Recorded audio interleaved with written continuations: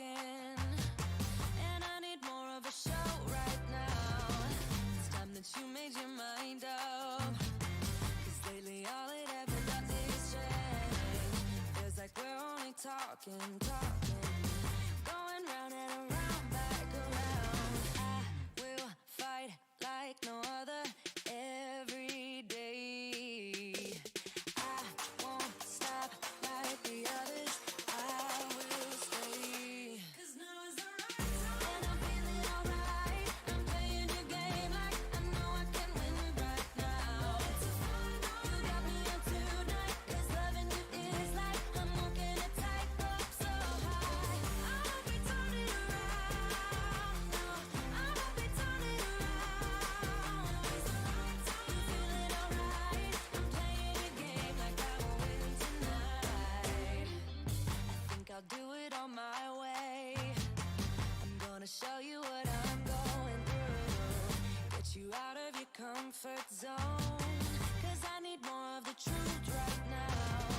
It's time that you made your mind up, 'cause lately all it ever does is change.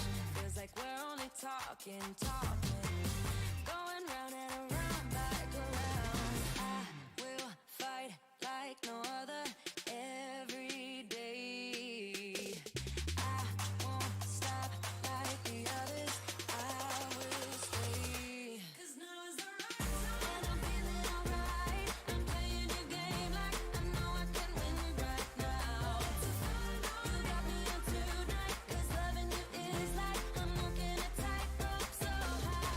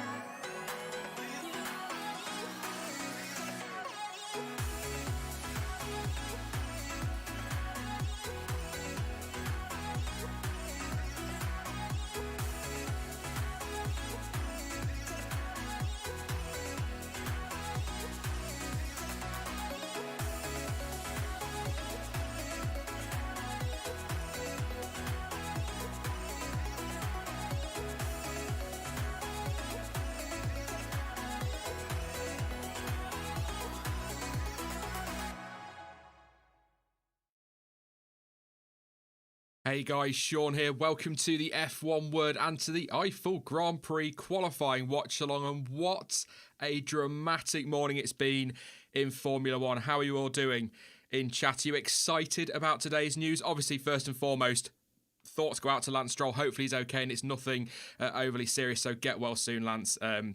Best wishes and all of that. But it's big news in Formula One, and that's what we're going to have to start in a moment. But I'll do my normal shout-outs before we kick off. Hey to PlayStation Gamer, thanks for coming on. Purple as well. Samar's here. AB, Nuke Dukem. I have to say your name like that, mate. I'm so sorry. Good afternoon to Peter, to Henry, to Goat Mentator? I have no idea. It's you. Johan J. Paul says, come on, Alex. I'll try and be nice this afternoon, I promise. Nico as well. A couple more. Good afternoon to Reese. Hey to Jack, we still need to go for that pint. David, Twisted Vision, and Dan as well. Great to see you all, but wow. Oh, what a morning. Like I say, should we try? We'll try and do it in some kind of chronological order. I'm not convinced. But this morning, there were a lot of question marks about why Lance Stroll did not go out in FP3, especially when you consider that yesterday we got no running whatsoever because of terrible conditions that meant the helicopter couldn't fly, all that fog, and we got no running on Friday. So we expected drivers to be straight out on track, but Lance Stroll didn't. It later transpired, Racing Point was saying that Lance had informed them that he hadn't been feeling well this morning, wasn't feeling 100%, and so they decided that he would sit out the session and they would make a decision. They'd assess him after the session and make a decision on whether or not he would take part in qualifying. Nico Hulkenberg then posted some stuff on Instagram to show that he had just arrived at the circuit, the Nurburgring, which got everybody very excited, obviously. And then it was later confirmed after pictures of his race, him in his race suit were shown around Otmar Safnauer, basically sort of saying, you know, nothing's confirmed yet, we'll let you know soon. Nico Hulkenberg telling the media that he was all okay, he was ready to go. It was then announced around about, I'd say, 20 minutes ago, that Nico will be replacing Lance Stroll for the rest of this weekend. We do not know what is wrong with Lance Stroll.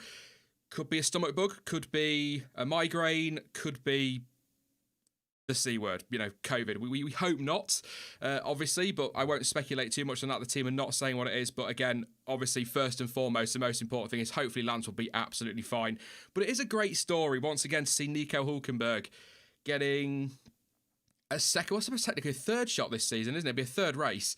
So that's his second comeback of the season, his second comeback in about 3 months. I mean, that's how you do it. And once again, not confirmed until very last minute before he's due in the car, 1 hour before qualifying gets underway, and the team are confirming that he will be racing for them this weekend. That is incredible. He's got one hell of a task as well.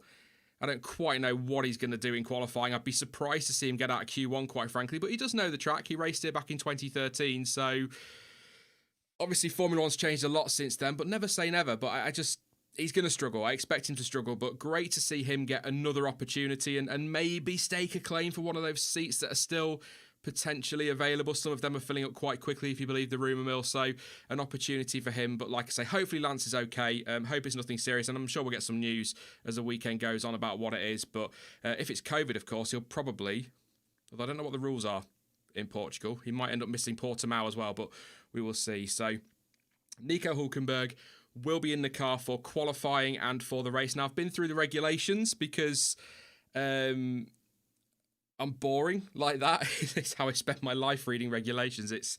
I can promise you it's thrilling, but the rules are clear that a driver can only compete in a Grand Prix if they take part in a official practice session or an official practice session. Qualifying in the regulations is down as qualifying practice, so that classes as a practice session, so he's completely fine, completely within the rules. Obviously, if he wasn't within the rules, he wouldn't be racing, but I just wanted to clear that up for anybody wondering.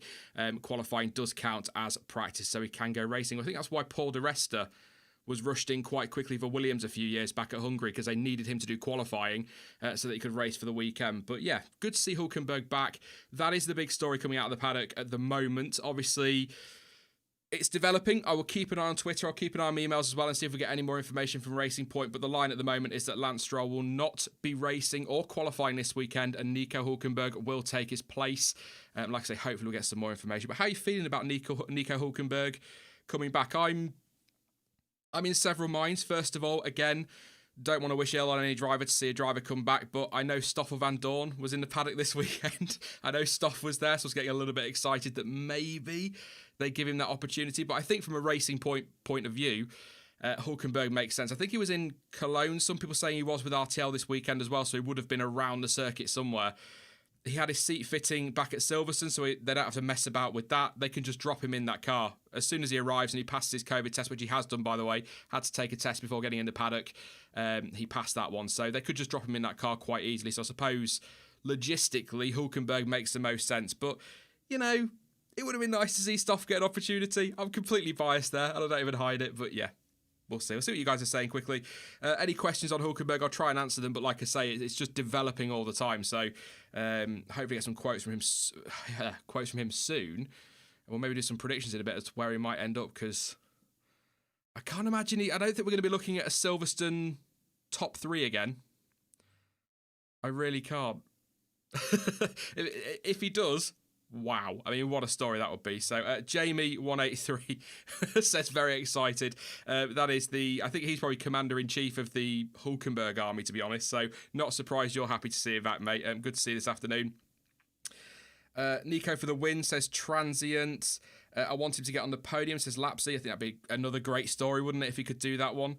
Hulkenberg and Checo is such a great lineup. Great point from David there as well, of course. They're reunited as teammates, aren't they? They used to race together when the team were Force India a while back. So nice little side story there. And with the talk of perhaps Haas looking at Hulkenberg, Haas looking at Perez, Alpha were apparently looking at least Hulkenberg, but it looks like Raikkonen and Schumacher are going to get those seats now. So maybe a shootout for that Haas seat? I don't think it will be. I don't think we'll go that far for a second, but it's just nice little stories and subplots like that. I enjoy things like that in Formula One. And Henry saying there, the OG Force India boys, absolutely. So I hope he does well this afternoon. It's a big ask for him, isn't it? If you think about it, literally no. So the last time he did practice at the Nurburgring will have been 2013. The last time he did any practice was the 70th anniversary Grand Prix, and the first thing he's got to do this afternoon is hop in that car for qualifying and try and stick it as high up the grid as possible. So I would be surprised. No, I wouldn't. I wouldn't be surprised if he dropped out in Q1, but to be honest, at the same time, it's just got something written all over it, this, hasn't it? You're just waiting for him to go out there and stick it 10th or something like that, which would be a hell of an achievement. So good luck to him. And I hope he can stake a claim for a full-time seat in F1. But those seats are closing off really quickly now. And if you believe the rumour mill, like I said a minute ago, looks like Raikkonen's staying. He's going to mentor Schumacher next year. It looks like Schumacher is going to be going to Alfa Romeo. Didn't get his chance this weekend. We'll talk about that in a moment.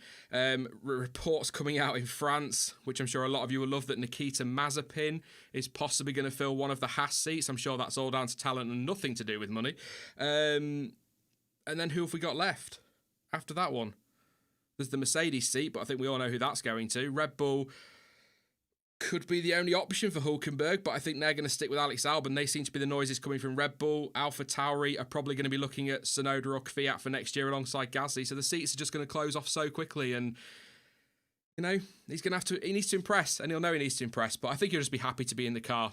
He has raced here before, so he's got a chance. But we'll see how things go for Nico this weekend. But yeah, yesterday, kind of gutting if you're a Schumacher fan or an ILOT fan. Of course, got their opportunity for FP1, or was supposed to get an opportunity to go out on track yesterday, but the weather was just it wasn't good. It was wet, and that wasn't the issue. It was actually the fog that was stopping the medical helicopter being able to take off and get to the hospital, which it needs to do. I know we're dealing in worst case scenarios, but the last thing you want is for a driver to be involved in a massive accident, especially on a wet track, and need to be taken to hospital and then not be able to get there. That would be an absolute disaster. So completely understand why the first session was called off. The second session was no better, but it was just gutting that all the talk of the weekend was Mick Schumacher getting his opportunity. We're back at the Nurburgring. It's a home Grand Prix because that was in Germany. It was great to see Callum Ilott get that chance, and they just spent the whole morning studying the garage, and you just sort of felt for them. And yeah, it goes like that in Formula One sometimes, but I'm pretty sure they'll get another opportunity. I think Ferrari and Alfa and possibly Haas as well are looking at opportunities to get them in the car again before the end of the year, and it looks like it's going to be the Abu Dhabi test. probably alongside Schwartzman, is their best opportunity to get in the car this season. So, yeah, a little bit gutting, but like I say, it happens in Formula One. Things sometimes look like they're set up perfectly for quite a moment, and then it all just gets ruined by the weather. You can see the picture on screen there. That's how bad it was yesterday if you didn't see practice. So totally understandable. There are contingency plans in place for this weekend. The weather much better today based on TV, and it's supposed to be pretty much the same again tomorrow, but with a threat of rain for the race as well. But the contingency plan in place is effectively that if we got this massive fog that would mean the helicopter can't make it to the hospital, an ambulance will take anybody that needs to get to a hospital. I think it's 3 kilometres outside of the circuit, so effectively to get them out of the most mountainous areas, if you like, and then a helicopter will meet them there and then take them onto the hospital. So contingency plans are in place. So if we got fog like that tomorrow, the race, in theory, should still be able to go ahead. Of course, we'll see. In theory, on paper, whatever is very different to reality. But hopefully, we will avoid any kind of race postponement. But like I say, the weather should be much better tomorrow. So, I'm so excited for this weekend. I said it last weekend, didn't I, on Wednesday. Very excited for this one. Nurburgring.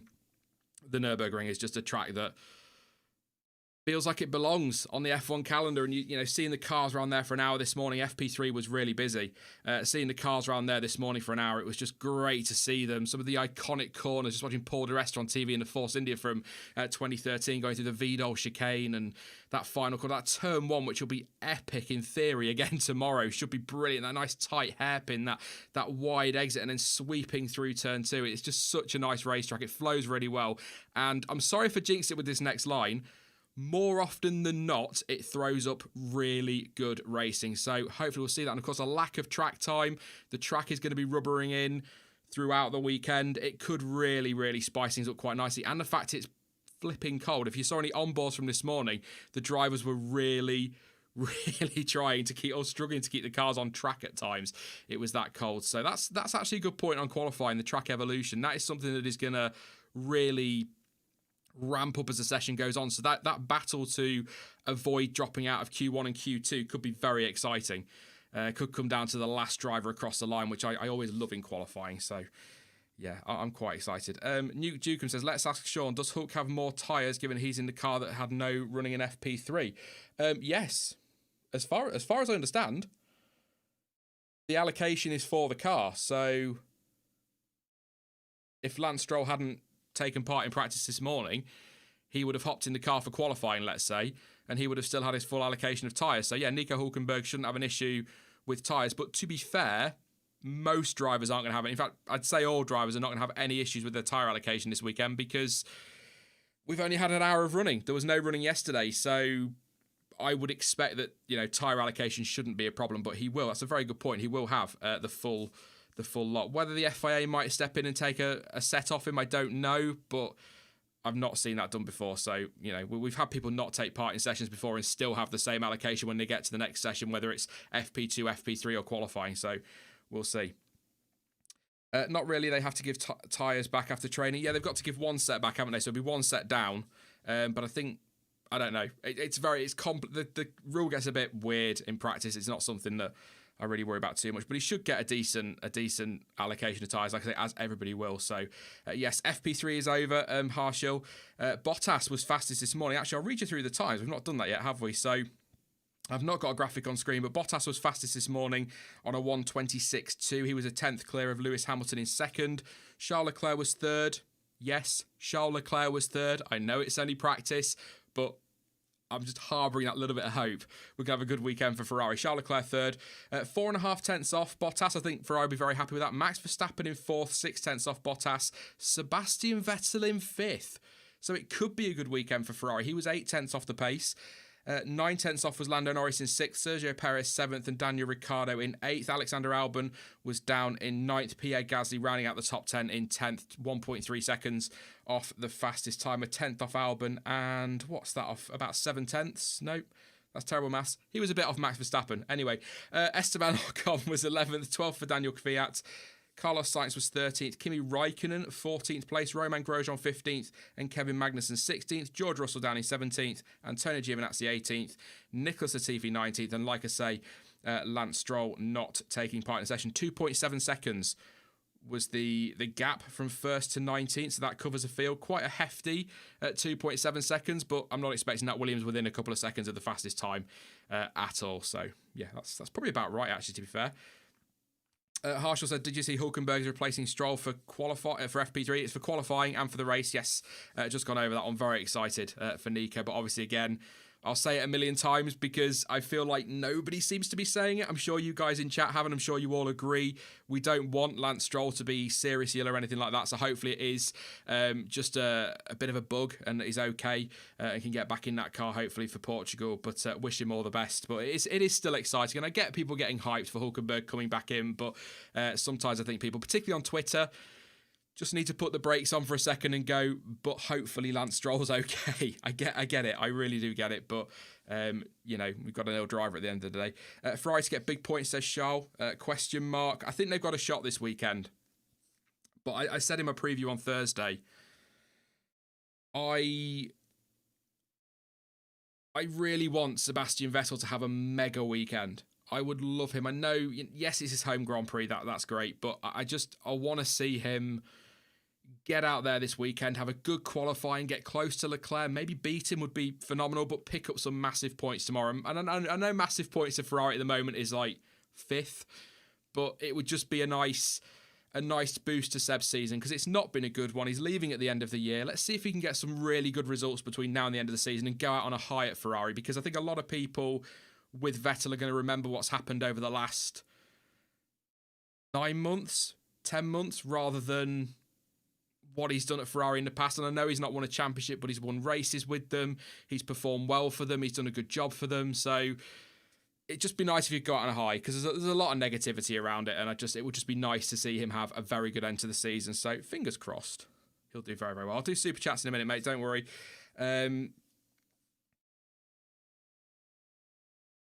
It would be great to see Seb do well, especially since the last time at this track he won. That's from Ash Tone. A very good point. Yeah.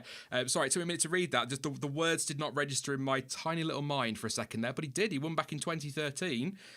Podium, Kimi Räikkönen second, Romain Grosjean third. I tell you what, if we get that podium this weekend, wow, what a race. I'd quite like that one. Qualifying hasn't started yet. We are about 12 minutes away now from the green light. We'll go over to the Watchalong screen. Obviously, live timing. I'll do this bit now as well. Live timing provided very generously by Cranky Yankee F1. Thank you very much, mate, for that one, as always. No on-track footage for obvious copyright reasons. I'm having enough issues with FOM this week. If you follow me on Twitter, you'll know I'm having my moments with them, not seeming to understand the difference between what's theirs and what is belonged or what is owned by the team. So, yeah. But anyway, let's not get into that. So, no race footage, just me talking nonsense and updating you all, but live timing on screen as well, which will be done through display capture probably today, because I can't seem to get the other one working, but that's neither here nor there. Neither here nor there. Super chats, we'll do that super quickly. Super chats super quickly. I've got about 9 browsers open today, and I cannot find the right one. There we go. Today, that's what we're going for. Harinder Yeet Singh. Thank you very much for your contribution. Says Nico Hulkenberg podium, or he did it in the Daniel Ricciardo thing. You know the one I mean. You can do it in chat. I'm not gonna read that in the Daniel Ricciardo voice. Thank you as well to Bruno for subscribing, and Arnaf, and to Kingsway as well. Don't forget to subscribe if you're new, and please do drop a like on the stream as well. Massively appreciated, and helps the channel out hugely in that old YouTube algorithm. And thank you to Akan. I always call you Akan because I don't want to... I'm probably butchering that on its own, but you know who you are. Thank you for your contribution. Says Mick for Seb's last race anyway. Ferrari, Robert for Alpha, Callum for Haas at Abu Dhabi FP1. I mean, it'd be quite a moment, wouldn't it, to see Mick Schumacher in a Ferrari, seeing M. Schumacher Ferrari in FP1 at Abu Dhabi. But I wouldn't have thought, even if it is Seb's last race, that they put Mick in that Ferrari. I think it's more likely that we'll see Mick in the Alpha for FP1, we'll see Callum in the Haas for FP1, and Robert Schwartzman will do the Young Driver Test. I can't remember if Schwartzman was getting FP1 or Young Driver Test. He might have been getting that, but I'm a fan. I'm gonna say the line, and I'm probably about to ruin his career with this line. I really do rate Robert Schwartzman. That's it. It's over, innit? It's done. But I do, and I think he's a real top talent, and he's got a very bright future ahead of him. A lot of potential. but I don't think he's quite ready to make that step up to Formula One yet. I think he's been a little bit inconsistent at times this year in F2. I mean, to be fair, a lot of the field have been very inconsistent in F2 this year. It's been one of those seasons, but I feel like he still needs a second season in Formula 2 just to develop. Would be really, really nice. So I'd love to see him in F1 straight away, but I think another season in F2 is what he needs. So I'm not buying that he'll be in Formula 1 next year. I don't think enough seats either. Whereas Mick Schumacher, I think, is ready based on this year. He's doing what he does in his career. When you think back to Euro F3 a couple of years ago, or a few years ago, he had a really rocky first season, then an okay first half of his second season, and then bam, second half of his second season was absolutely incredible and just ran away with that championship, much to Dan Ticktum's anger, of course.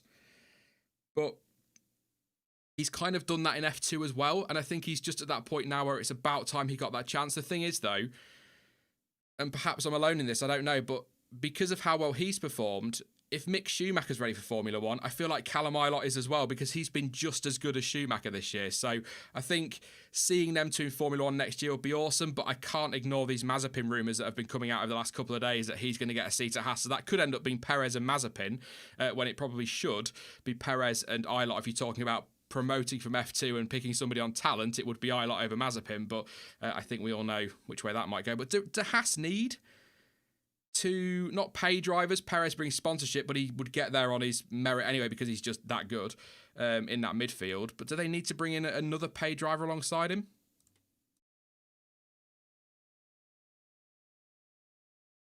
Is my mic volume a bit low? Oh, have I not? Hang on. Thank you for that, Black Hawk. That is totally my fault. I turned it down for recording, and I forgot to turn it up again for the stream. Bear with me. That should be a little bit better now. Apologies for that. Thank you for shouting that one out. I appreciate that. I don't always check my mic volume. Yeah, that's better. There we go. That's a bit better. People now going, oh my God, turn it down. It's too loud. Yeah. Whatever I was just saying, I'll see what you guys are saying on chat. Stoffel Van Dorn just tweeted with him playing COD and wishing Hulk good luck. Kind of gutted for Stoff, like I said a little bit earlier. FP3 did happen. Media Core Group. Schumacher always takes one season to settle in, then smashes in the next season. Absolutely. I mean, like I say, he did it in Euro F3, and if you've not watched his Euro F3 performances, particularly the second half of his second season, well worth the watch. I'm sure they're on YouTube somewhere. But really, yeah, the guy's impressed me this last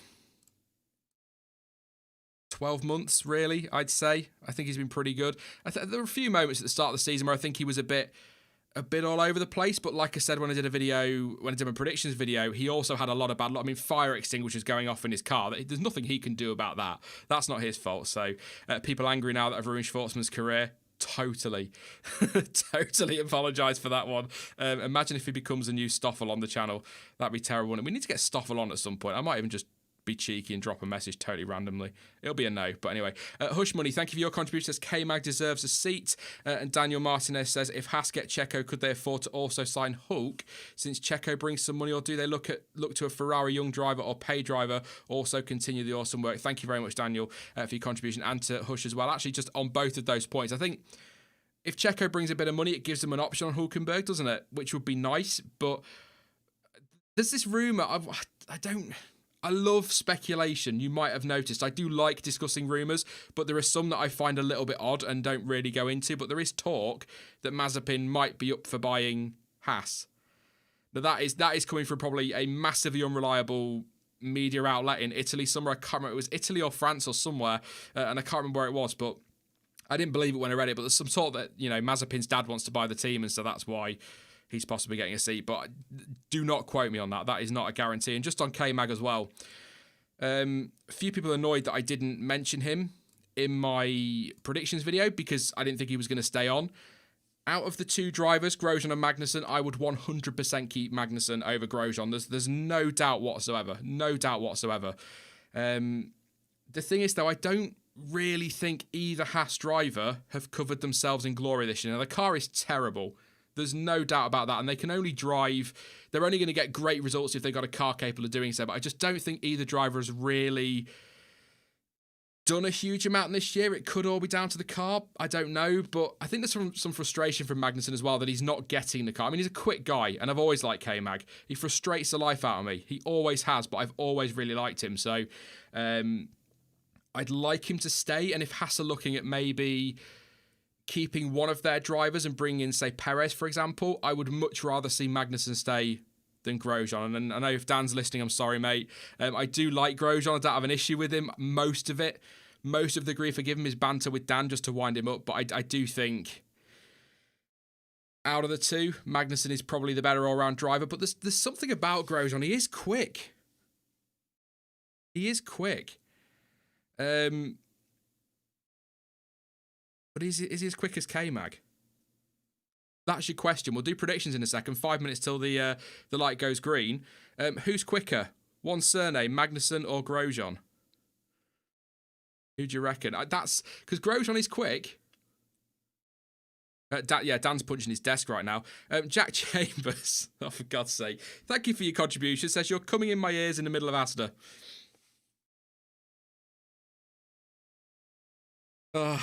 I'm not sure if I want to go for a pint with you. I think it would be a nightmare. Hush Money's gone with Magnussen. Dukeham's going with Magnussen. Dylan's gone with Grosjean. They're going so quick now. A couple going with Grosjean. I'm quite surprised. I thought I was just crazy there saying all of that one. Kirill's gone with Gutierrez. He would. Magnussen for Dorian. Lucas has gone with Magnussen. Gabriel's gone with Grosjean. Joel's gone with hot take Grosjean. Obviously not as hot a take as I thought it was, Joel. I thought saying Grosjean was quick was going to get me a load of grief. It probably still will. RN38 says Grosjean, and also Gingerfest is going Magnussen. A good mix there, actually. I'm quite surprised at that one. But Lettuce Boy says Flying Tiger. Super quickly then. Who have you got for pole position as I put my headphones on? I'm sticking with prediction from Thursday, which is Hamilton for pole. But I think Max Verstappen will get in the mix, but I was not expecting to see that from Ferrari this morning. So who have you got for qualifying? Who's going to get pole position? You let me know your top three as well. We'll read some through the session. We'll do more predictions. I'll head over to the watch along screen in a couple of minutes and we will get ready for what is hopefully going to be a brilliant session. Don't forget, for the millionth time in this stream, Nico Hulkenberg is back. Lance Stroll, not very well. He's not going to be racing this weekend. Wish him all the best. But Hulkenberg is back this weekend. So that's one thing to look out for. These drivers have had 1 hour of practice. That's the second thing to look out for. And this track is going to evolve so quickly. I cannot wait for this. So glad to have the Nurburgring back. I'm buzzing. It's as simple as that. And it'll probably be terrible now I've got all excited for it, because that always happens in Formula 1 when I look forward to stuff. Tyres for the weekend, by the way, as they pop up on screen, middle of the range, C4, C3, and C2. Obviously, C2 the hardest, C4 the softest. Right, predictions before I go to the watch on screen. I've got a minute, so let's have a read. It's still going on about K-Mag.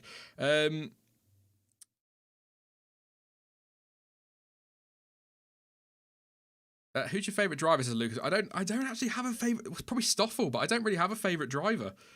People never believe me when I say it. They think I'm... Depends who you talk to. Some people think I'm a Lewis Hamilton fan and I hate Valtteri Bottas. Others tell you that I'm a Sebastian Vettel fan and I hate Lewis Hamilton. It's bizarre. It's absolutely bizarre. I just don't care. I just enjoy watching racing, and I was a Michael Schumacher fan for so many years, and I just can't be bothered to do the fanboy thing. It's too stressful. I'd much rather just sit on the fence and enjoy the racing all weekend. It's just easier. Hulkenberg, we're going to get a lot of this, aren't we? Hulkenberg says Kai, so does Varun. Latifi for pole, says Hunter. I'll have what you're drinking. That'd be fantastic. Nico Hulkenberg says Chris. Bottas, Hamilton, Nico, says Dylan. Hamilton, Bottas, and Verstappen, says Jordan. I think we got a lot of Hamilton, but I think it will probably be Mercedes front row. Probably. This should be a very tasty qualifying, says Coolio. Hamilton pole, says Gabriel. Maurizio says Charles pole. Do you know? I won't bet against it. He had a good morning, did Charles. Hulkenberg. Do you know what a story that would be? What have they got? Get their number on the car so quickly, don't they? He will be straight out on track. Let's go straight over to the watch on screen. Like I say, live timing provided by Cranky Yankee. Hoping that this all works okay. I will probably actually use display capture. It might be a little bit easier, to be honest, because I know that will work. So let's do that. We'll go to screen capture. It will be easier. So I just need to remember not to go and open like Twitter or something on the other one. Now we'll have a quick adjustment of that as well. Yeah, I'm well up for this. Well up for this one. Bear with me. You know I can't do two things at once. You know me by now. We'll see how it goes. It'll update shortly and we'll go from there. Don't open your yeah, exactly. Don't open our DMs, ST. It's creepy as hell. I've not had a DM from you for a while, and that's probably a good thing, to be fair. Hulk's getting a lot of tutoring jobs, says Zach. It's strange. Most of the excitement created by bench driver Hulken is back. Yeah, well, no, I'm excited for the weekend as a whole. I think it's going to be... It should be a good one on paper. Like I said earlier in the stream, it's a track that tends to throw up some pretty decent racing. So I'm hoping we see that again. But you just never know in Formula One, do you? You just never know. You get these weekends where on paper it should be epic and they actually end up being terrible. So hopefully it should be good. Hulkenberg straight out on track as you might expect. No great surprises. I think Magnussen's out there as well. So's Rogro. We've got Gasly heading out. So lots of drivers going out nice and early. Of course, maybe a bit of an extended practice session for the first few minutes. Just get some laps in. Hulkenberg needs to get some... Of course, no setup time. How has that only just twigged? He's had no setup time whatsoever in that car. It is literally a case of Nico, lance it very well, get your backside here. He's turned up, hops in the car, done. Got his old helmet on as well, his black and yellow one, so... There you go. Wow. Stroll for pole, says Ben B. Why not? He'll run around quicker than anybody else. He's fine, really. He just wants to jog it. Pierre Gasly coming out of the pits with something attached to his tyre. It looks like either the blanket or part of the floor, maybe. Like part of the... Maybe pulling up some of the plasticky rubber stuff they put on the floor in the garage. Some teams put on the floor in the garage with their names on and stuff like that, so that was weird. Does Hulkenberg have more car upgrades on his car compared to Checo, asks Eric. I don't think so. Racing Point said that both Stroll and... What's his name? Perez. Wow. That Stroll and Perez would have the new upgrade package, both drivers would. So as far as I'm aware, the cars are equal in that sense, but... Who knows? There's been nothing to say otherwise. So, Esteban Ocon getting ready to go out. Off he goes in his Renault. Do love that Renault livery. I'm going to miss that next year when they go to this whole I'm going to say Alpine. Somebody told me the other day to say Alpine, not Alpine. So I will go with Alpine. It'll be good to see them. Or what livery they come up with, that blue, because it's quite nice. But I will miss the black and yellow on that Renault. Hulkenberg then going straight away for a lap. As you'd expect. We'll see how he gets on. I've not got the sector times from this morning, which would have been a sensible thing to write down, but never mind. 29.8 in the first sector. Oh, yes, timer. Thank you for that. Wake up, Sean. Just a second. We'll get that timer on. Yes, thank you. I always forget the timer in Q1. Watching Hulkenberg through... It's going to take him a few laps to get up to speed, but of course in qualifying you're not going to get that many laps to really do that. So we'll see how we go. Get the flag right as well. We are green. It's not checkered flag. If you're just tuning in going, wow, that was quick. That session's over. There you go. 14:50 to go. Q1. We are green. Yeah, Solid Snake Oil says I always heard Alpine because it's French. I can't remember what the comment was, but somebody sort of saying that I think. Basically, in French, it would sort of be, but I think it's pronounced slightly differently than peen. So for English speakers, it's okay to say Alpine and stick with Alpine. So I'll go with that. But I just I don't know. I'm 34 and I act like I'm 12 whenever I hear Alpine. It makes me giggle. So I need to stop it really, because that'll be really difficult to do content next year, won't it? I won't be able to do any videos on Fernando Alonso next year. At all, or Esteban Ocon, because I'd have to say their team name. So I'll go with Alpine. Or we'll just call him Al. Go with Al. Here's Fernando. He's in the Al. Sounds weird. Track limits, turn 4. Any driver leaving the track with all 4 wheels over the white line on the exit of turn 4 will have that lap time invalidated. Safety car demonstrating that nicely there. And Crofty there with a little reminder, actually, that I meant to say earlier in the stream. Massive happy birthday to the legend that is Murray Walker. 97 years old and still going strong, bless him. Absolutely loved that man. And I think we miss him in commentary. Could you imagine some of the Murrayisms we'd have these days? Absolutely fantastic. In fact, let me know some of your favourite Murrayisms in chat. Thank you, Cranky Yankee. It says quick update at 05. It'll flash for a couple of seconds and be good. Just a quick heads up, don't panic. No worries, mate. Thank you very much. Appreciate that. And thank you again for letting me use the timing on stream. Good to see you. Check out, I'm sure you have, but you need to be checking out Cranky Yankee's channel. Fantastic content. I only found him a few weeks ago, which is atrocious, by the way, considering the quality of his content, but definitely check him out. And also congratulations as well to Josh Ravel, hit 100k a week or so back, and he's got his silver play button through the post. So massive congrats to him as well. Another one that we all should be watching on YouTube. Fantastic content too. So there you go. Couple of shout outs.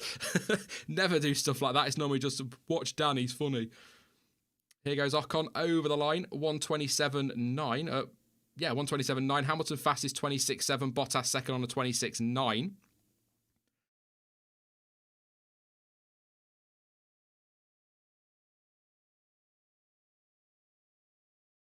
Jack Chambers, the boot is on the other Schumacher, the best Murrayism ever.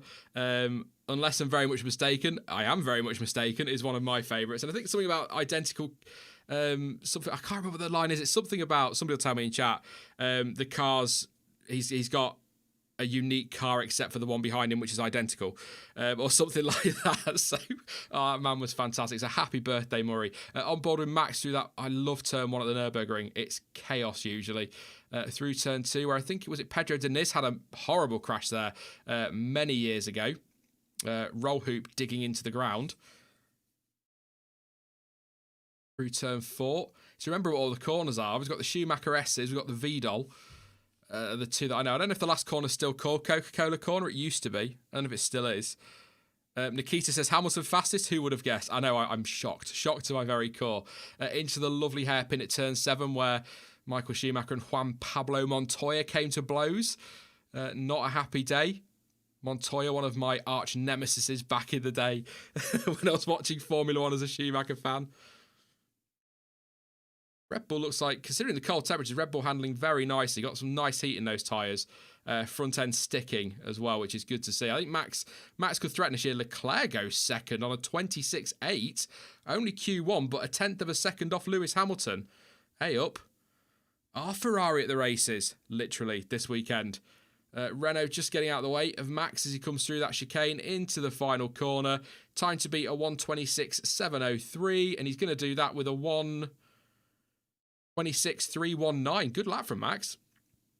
Alex Albon 6 tenths down in the middle sector on his teammate. We're not Ricardo. I think Renault are a threat this weekend. What's up with the front? I think they've bought last year's car. Ricardo, they haven't. Ricardo over the line into 5th place. Here comes Alex Albon. He does a 127.1, 8 tenths off his teammate, slots into 5th. Valtteri Bottas looking to improve. Not doing it at the moment. Quite slow in the middle sector. 4 tenths off Verstappen's fastest, which is 103.9.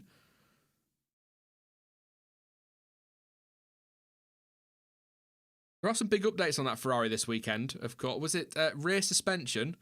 I think is one, and I think they've got a new diffuser. That was what was reported before the weekend. I've not seen anything to say otherwise since. So hopefully a bit of performance there for Ferrari. We need him up there. We need somebody up there with Red Bull challenging Mercedes. But yeah, good to see Leclerc half a second off Max Verstappen fastest and within a couple of tenths of the Mercedes. It is only Q1, of course, but it's a great start to the weekend for Ferrari. Very excited to see what they can do. Here goes Esteban Ocon into that final chicane. Such a clumsy chicane as well, isn't it? That final one. I mean, it's historic, it's iconic, whatever word you want to use. It's old school as well, but it is so clumsy. What can Ocon do? Over the line, going to be honest, P10, 127.8 flat. So quite a way off his teammate, actually, in the end. 6 tenths of a second.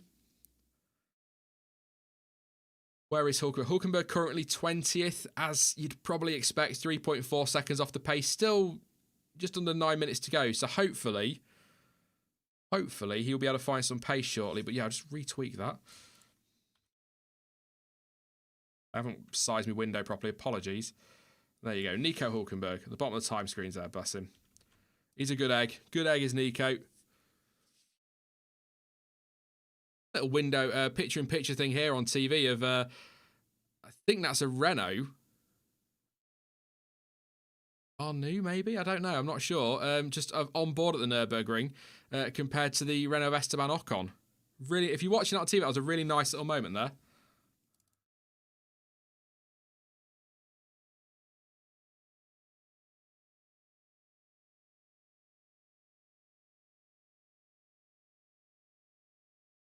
Half listening to Crofty there in case I've missed something while I resize the window as well.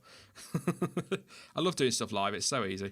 There you go. So Verstappen, Bottas, Hamilton, Leclerc, Albon, Ricciardo, Norris, Gasly, Vettel and Sainz are your top 10.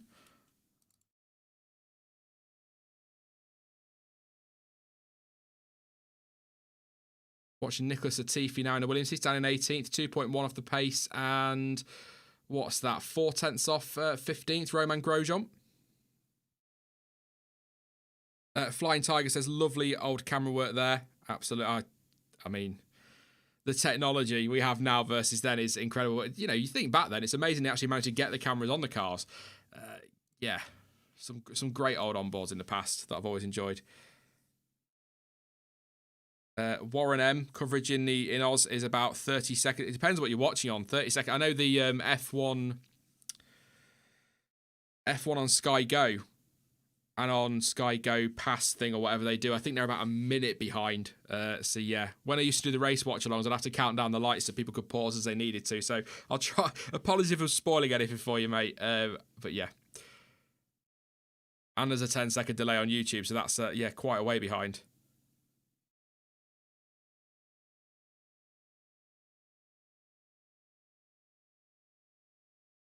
Latifi goes up into 13th. Russell 14th. So Williams, a couple of good times there. But like I say, this track will just keep evolving. No support series this weekend either. No support series now till... I think it's Bahrain, isn't it? I think it is Bahrain. 127.9 for Latifi ahead of Russell, which is solid. I said I didn't think Williams would get within 2 seconds of the fastest time. Latifi currently 1.6 off, and Russell 1.7. So Hulkenberg still is in the garage now. He's done a lap, but he looks like he's about ready to come out again. The team are hovering around, ready to take everything off the car, ready to go.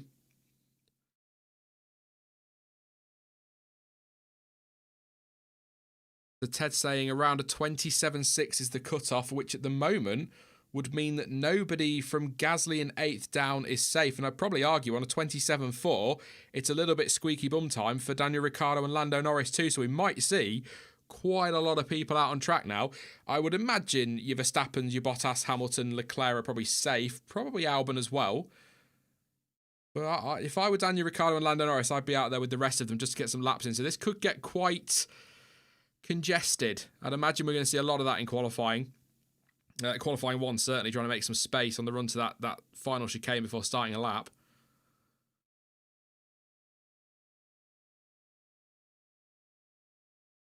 Dylan says, could Latifi out-qualify Russell for the first time? He's doing it at the moment. Quite would he be the first teammate to out-qualify George as well? Something like that. Do with it, couldn't he? I like Latifi. I do. I think he's done a lot better than perhaps he's getting credit for, if I'm being honest. he's doing all right. He's not setting the world light, but he's doing all right. 4.5 minutes to go. Getting ready now for the final run. So just as we're getting ready for these final runs and the chaos that will be the end of Q1, please do drop a like on the stream. That would be massively appreciated. Really helps the channel out. 1,100 watching, so thank you everyone for tuning in. 175 likes. It'd be great to see that number go up just a little bit. And please do subscribe if you are new. Back tomorrow for the race reaction. I think about 4 o'clock UK time, because I think the race is an hour earlier than normal. I think it's at 10 past 1 in the afternoon rather than 10 past 2, again, UK time. So, yeah. Should be live a little bit earlier tomorrow. Got Dan with me so we can laugh at Grosjean all afternoon.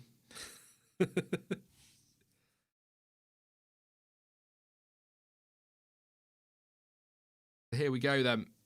Hulkenberg out there. Magnussen jumps up to 6th and Grosjean into 5th. That's track evolution for you. Grosjean up to 5th place. So that's a 27.1. Yeah, I don't think Ricciardo and Norris are safe at all. In fact, Norris is out there. What can Gasly do? The track is evolving so nicely. This is going to be a last across the line thing for some of these guys. As everything, Perez drops to 16th as everything reshuffles. I assume a lap time was deleted. It was Grosjean's lap time by the look of it. Down to 17th. Having looked so good up there in 5th. Pierre Gasly now goes 5th on a 27.0. 7 tenths off the fastest time. Top 4 should be okay. Here comes Kvyat. Goes up to 8th on a 27.2. Just under 3 minutes to go now. Here goes Hulkenberg now. Personal best in the first sector. Russell on the bubble, a 105.1 in the middle. What can Hulkenberg do? It's a 105. Yeah, it's a 105.7. He's quite a way off in the end. But I'm not expecting him to get out of Q1. It'd be a hell of a story if he did, when you consider that he's had no running in that car at all since Silverstone. And with updates as well, it's a completely different car, isn't it? So there you go. And he drove Perez's car last time. So it's different again there. So over the line he goes into P19, 128.4. He might be able to go again if he can do a quick cool down lap and then head off again, but we'll see. But I think that's... What do we reckon would be good for Nico? Obviously, getting out of Q1 would be good, but I mean, if he could out-qualify somebody, maybe 19th or just be within a 10th of somebody ahead of him, I think would be pretty solid. It doesn't sound spectacular, but I don't think that'd be bad given how little time he's had to get in that car. But then everybody's had no time this weekend, have they, really? So... Russell currently the driver at risk. Norris is going for another lap. Ricciardo's out there. Everybody's out there except the top 4. So Verstappen, Bottas, Hamilton, and Leclerc sat in the garage. Leclerc enjoying a bit of quiet time on a Saturday afternoon in Q1. No need to go out. He doesn't need to go do another lap. Save himself some tyres and relax for a change rather than panicking about getting knocked out. Manuel says, greetings from Argentina. Good afternoon, mate. Thanks for popping along. Argentina. Awesome. It always surprises me when people tell me where they're watching from. Australia, Argentina, India. I was like, wow. I forget YouTube is worldwide. I forget I'm not just talking to people in Lincoln or whatever. We're inside the final minute now. 55 seconds to go. On board with Lando Norris. Let's see what happens here. I'm just going to reset my mic in case it goes crazy by the end of the session. There we go. Norris into that final chicane that I keep banging on about, being clumsy but still love it because it's a proper challenge for the drivers and no runoff. No runoff. You make a mistake here, you're in the gravel, you're in the grass, how it should be. All right, Grandad, calm down. Over the line goes Lando Norris, up into P4 ahead of Leclerc. I don't think that's anything to worry about for Charles. Oh, just imagine if I've jinxed him. Esteban Ocon goes up to 7th place, 27.0. I'm not going to say he's safe because this is going to change so quickly. It looks like Grosjean or Magnus has had a moment out the final corner. Over the line goes Grosjean to P12. Magnussen's still 9th. Should be okay. Has he been off or was he just getting out of the way? Over the line goes Sainz into P11. Here comes George Russell. Can he make it into Q2 once again? He goes 14th, puts Vettel on the bubble. Kimi Raikkonen coming through the final corner, really wrestling the Alpha as well. Over the line to 16th, not quite getting through. What can Giovinazzi do? Vettel jumps up to P8, so he should be okay from there. He's definitely okay from there. Giovinazzi goes 14th. Good lad. What a weekend for Antonio Giovinazzi to put himself into P14. What can Perez do? He needs this. Goes up into 9th place. So it's now Giovinazzi on the bubble. At the moment, we're losing Grosjean. Well, we've lost Grosjean, Russell, Raikkonen, and I think Latifi. I assume Hulkenberg's going to be out as well. I don't know if he's improving. Personal best, though. Hey up. Ricciardo goes 5th. I'm kind of hoping Giovinazzi gets through, no offence to Hulkenberg, because what a weekend to do that. All the talk over Mick Schumacher, and Giovinazzi puts in a good lap, and Latifi goes 18th, does not out-qualify George Russell. Nico Hulkenberg over the line. Does a 128.0. He stays 20th, but he was about 4 tenths off. 5 tenths off 15th. I don't think that's terrible. I don't think that. I really don't. Mistake into turn 1, I think, goes very wide. Does indeed, wrestling the car through there. I know there's a lock-up at the final chicane. Lock-up through the exit of turn 5. And then he definitely does at these. So he was really pushing that car. But I don't think, it sounds mad, but 1.7 seconds off Verstappen. He's not been in the car since Silverstone. He's had no practice whatsoever. He's done no setup on that car. I don't think that's bad for Nico Hulkenberg. I don't. It is 20th and last, but within 0.3 of Kimi, and Latifi ahead of him is not terrible. But Giovinazzi, for me, story of that session, P15 into Q2, great performance from him. And like I say, with all the talk around Mick Schumacher and Kimi Räikkönen probably signing up and that Giovinazzi is going to get ditched from Formula One, that is a really good result from him and a good weekend to do it as well. So well done to Giovinazzi into Q2. We've lost Romain Grosjean in 16th. He was 2/100ths of a second off making it into Q2. George Russell was only a couple of hundredths further back, or in fact less than that, 100th further back. In 17th, so he was almost through. Nicholas Latifi, a couple of tenths further back in 18th place. Kimi Räikkönen 19th, 5/1000 slower than Latifi, so almost 18th. And Nico Hulkenberg, like I say, 20th, 1.7 seconds off the pace. Grosjean, I'm sure, had a lap time deleted because he did hop up into 5th at one point.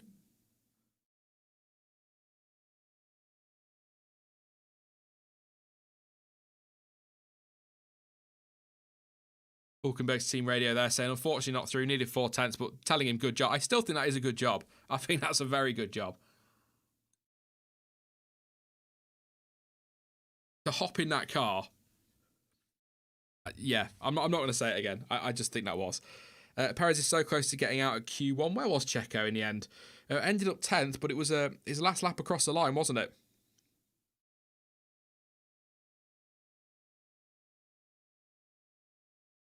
Yeah.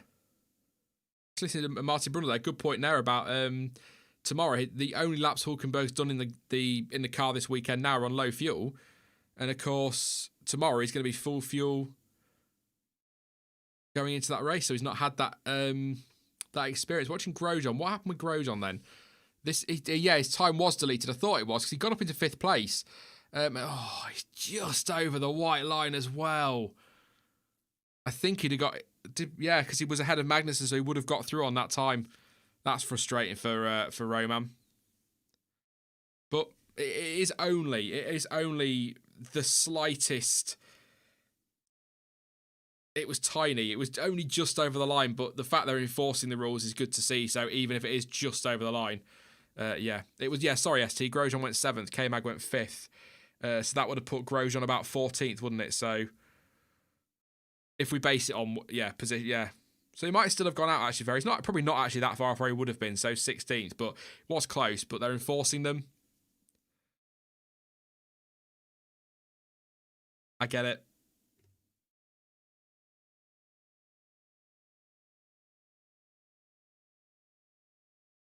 Watching the onboards of Hulkenberg, so he's just, you can see him pushing so hard in that car, and he's got the lockups as well, which is going to cost him that time, but he's pushing so hard. What else can you do? I mean, he's on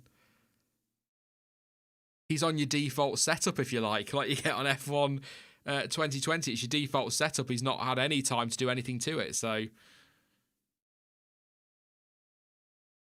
yeah, I don't know.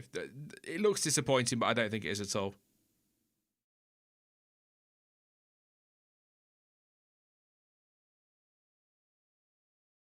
So Max Verstappen was fastest in that first session. Valtteri Bottas second, Lewis Hamilton third, and Lando Norris in 4th. Ricciardo up to 5th place, or I think he was 5th anyway, wasn't he? I think he was 5th and Norris was 6th before that all kicked off in the end. So yeah, where he ended up actually. 6th place for Charles Leclerc, 7th for Pierre Gasly, 8th place for Esteban Ocon, 9th for Sebastian Vettel, 10th for Sergio Perez, as you guys have pointed out, only just scraping through with his final lap there. Alexander Albon down in 11th. Kevin Magnussen 12th. Daniel Kvyat 13th. Carlos Sainz 14th. Again, great lap from Giovinazzi to get himself into 15th place and into Q2. Romain Grosjean has been eliminated, 127.552. George Russell eliminated as well, 127.564. Nicholas Latifi eliminated, 127.8. 127.8 as well for Raikkonen. He's out. And Nico Hulkenberg last on a 128.0, 1.7 seconds off the fastest time. Can Ferrari get a podium this weekend, says Andre. I think the podium might be a stretch, but I think they could be... I mean, if we get some chaos tomorrow, no reason why not, and they're definitely quicker than I was expecting, but yeah. I'd be surprised if it was on pure pace, but they are much better than I was expecting, so I'm going to say no, but I'm hopeful that they can. It'd be good to see Leclerc or really Vettel up there as well, but Techno Guy saying top 5 maybe. That's kind of what I'm thinking, top-end points, but... It's going to be tough because you've got Renault who are looking very, very good. The session is underway, by the way. I'll do the timer, give it a second to catch up. But Renault are looking good as well, so... I don't know. I'd like them to. Not got a clock ticking at the moment. Not even on the timing screen. So, I mean, I assume it's green because the Mercedes are out there and so are some others. So, but the clock is definitely not ticking anywhere. So, as soon as that crops up on the timing screens, I will set the timer off. But at the moment, there isn't a timer, so apologies. But the session is green. So's the track. There we go. Timer's cropped up on the timing screen now. I can do mine. There we go. We're away.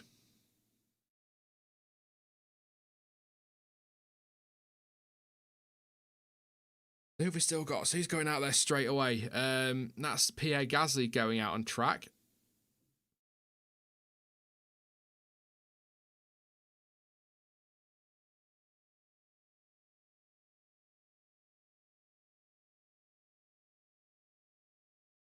Half listening to Mike. I thought he was saying something else, but he's not. It's okay.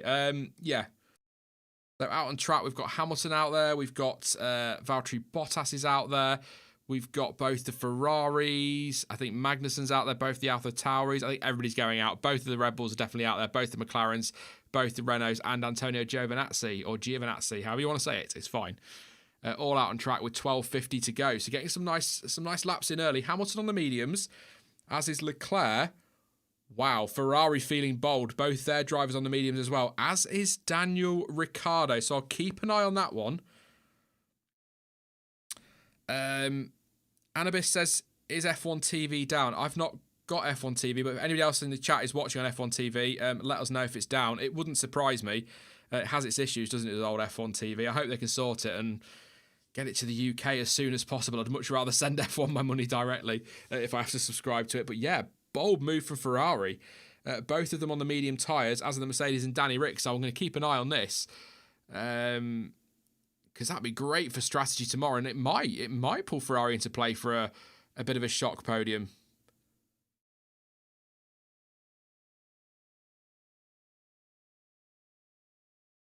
Solid Snake Oil says it's up for them. So might just be a regional thing. I hope it's not. I hope it's okay because it is frustrating and it's always playing up. Or seems to be always playing up. Over the line then goes Lewis Hamilton. There's a 126.183. Gone fastest, and Bottas goes second on a 126.9. Wow. 7 tenths off. Vettel does a 127.6 on 1.5 off. He'll need to go again. I don't think that's going to work for Ferrari. What's Leclerc going to do? Yeah, 9 tenths off, 127.1. I can't, yeah.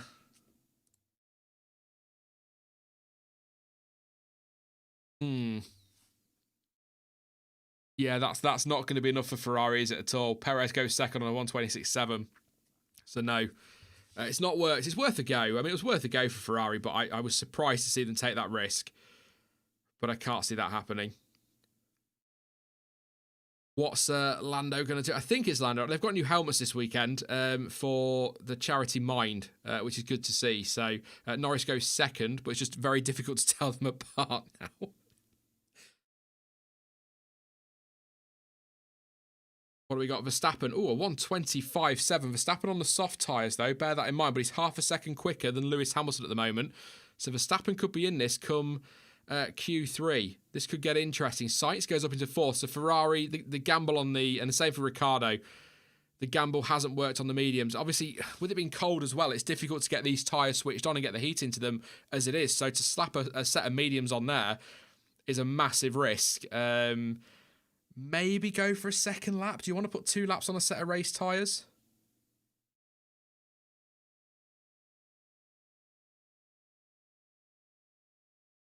Albon goes third. Sorry, I didn't mean that. Sorry, I did not mean for that to sound like a massive shock. Apologies for that, the tone of my voice there to Albon fans. But he goes into third place, half a second off Verstappen. A 10th behind Lewis Hamilton and a couple of tenths almost up the road from, or a 10th and a half up the road from Lando Norris. Ocon goes 5th. So there is good pace in that Renault, but I fully expect we're going to see Vettel, Leclerc and Ricciardo out there on the soft. Bottas will have to as well. He's down in 8th place. And I don't feel Hamilton is safe in second. 3 tenths quicker than Norris, a 10th quicker than Albon. They were on the soft. You'd assume Bottas would be up there. Leclerc and Vettel might be able to. He might be okay on those mediums, but I wouldn't be comfortable. So I think he'll go out and sort of put a set of softs on and put a half a lap in and see how things turn out. But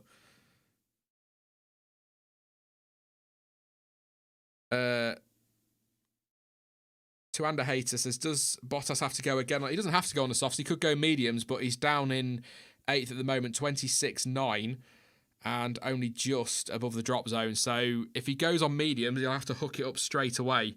So that's why I feel he'll probably go out on the softs, to be honest. Oh, Bottas, that's why. Massive slide out of one of the corners. Vettel as well. He was on the gravel at one point. 2 wheels on the gravel. So that's why Vettel and Bottas's laps were not particularly spectacular. Could have been, yeah. I'm not... What do you do if you're Ferrari and if you are Valtteri Bottas? You're making their decision right now. Do you go on for... Do you try again on the mediums, or do you just take a no-risk approach and go straight to softs and just get through to Q3? I mean, Ferrari probably need to just go and try and get through to Q3, don't they, really? Can Bottas afford the risk in what I'm going to generously call the championship fight? I mean, he is... What is he? He's a 10th quicker than Leclerc. He's half a second quicker than Ricciardo and... 7 tenths quicker than Vettel, but they both made big mistakes on their laps. So they're going to make that time back. If they were to all improve and Bottas doesn't go out, Bottas will be 11th. So I think they've got to go soft. I think they've got to. And of course, reverse of the situation. It is a soft for Bottas. So reverse of the situation last time out at the moment, potentially. If you didn't catch the race in, where was it? Russia. Lewis Hamilton made mistakes, got caught out by a red flag as well on his laps. And ended up having to start on the soft while Bottas got to start on the mediums. And it looks like we might be heading for the reverse here. It's all going to be down. Bottas going in the gap, actually, as well. So it's all going to be down. Hamilton is going out on track. It is a set of softs, so I assume he's just going to put a banker in. Or get some sectors in. I think it... Yeah. We'll see. See.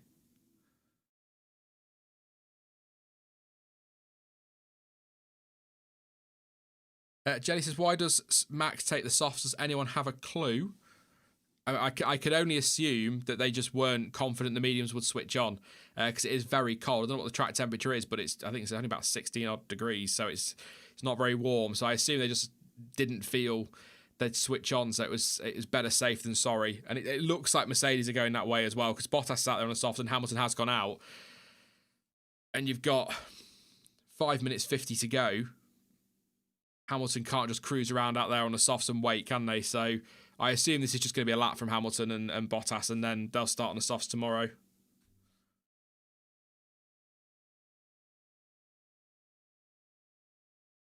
Martin Brundle's was worded that much better than me. Because they've gone early, they can't react with Hamilton and pull him in at the end of the lap. So I think he will just go for a lap now. That was what I was trying to say.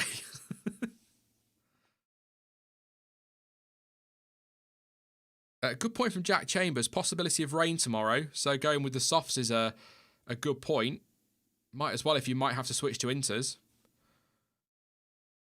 Pirelli, I mean, I've not heard the term before. I was doing some reading on it. Pirelli have kind of warned teams that because it could be so cold on Sunday, around 8 degrees as high as an air temperature, the biggest threat to the tyres this weekend is actually cold cracking. I'd never heard that phrase before. So even in these cold temperatures, tyre management is going to be a big deal. Was that a nice black cloud in the background? I'll spice up quali with a few minutes to go, wouldn't it? Here is, I guess, raw pace of the Merc. Purple in the middle sector for Bottas. He was well down on Verstappen, though. Hamilton 27.8. So Bottas not...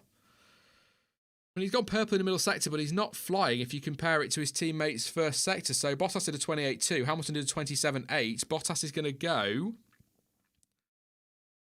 over the line. The line comes up a lot later than I thought it did. 125.9. So a couple of tenths off.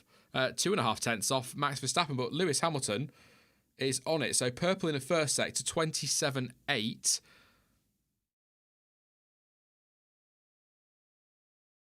35.6 in the middle sector, so a tenth down on his teammate, to be fair. And Ricciardo... No, I was going to say Ricciardo, the graphic on TV said he's on the medium, but he's not, he's on the soft. Look at the car, Sean. That's definitely more reliable than the graphic. That tells you exactly what tyre he's on. The bright red tyre should have given it away.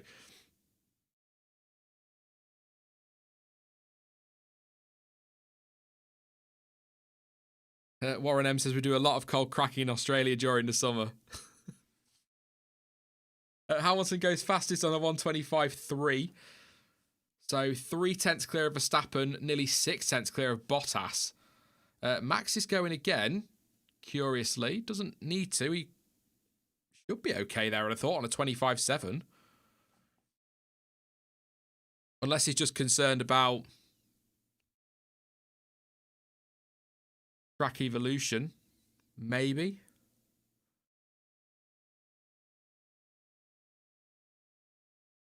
But I think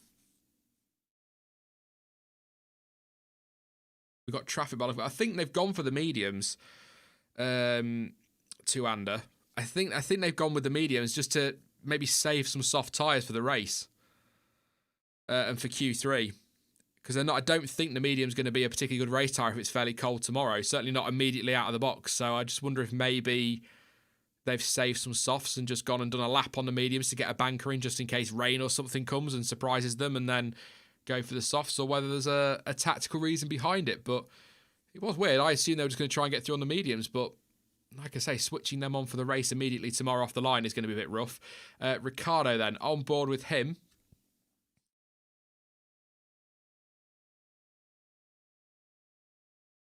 Through 4 very nicely, kept it within the white lines. Over the line he goes, about 2 tenths down nearly a full 2 tenths down. 182 down on Hamilton. Nicely through there, heading down to that hairpin at turn 7. I love listening to Martin Brundle talk over a lap. The passion for driving these cars, it must be amazing. Just the game's more than enough for me, quite frankly. It really is. Ricciardo then coming through. I love that setup. Is that the Schumacher? No, Schumacher has it before that, isn't it?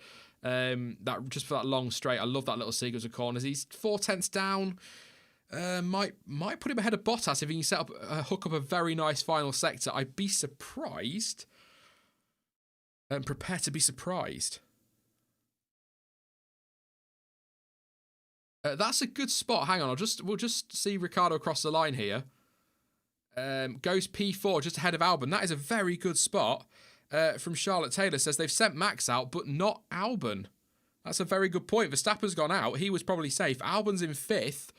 I would say far more precarious than Max Verstappen, but they've not sent him out. So whether there's an issue, I'll just check. I'll watch this session finish and then I'll check Twitter in a moment. But there might be an issue somewhere, maybe. Norris goes 6th. Just that might save Albon. He's Norris just behind Albon there. Gasly only goes 10th. So I think Alex is going to be okay. But that's a very good spot, Charlotte. Thank you for that. What's Perez done? Perez goes... He's currently 9th. Sainz goes 7th. At the moment, both Ferraris out.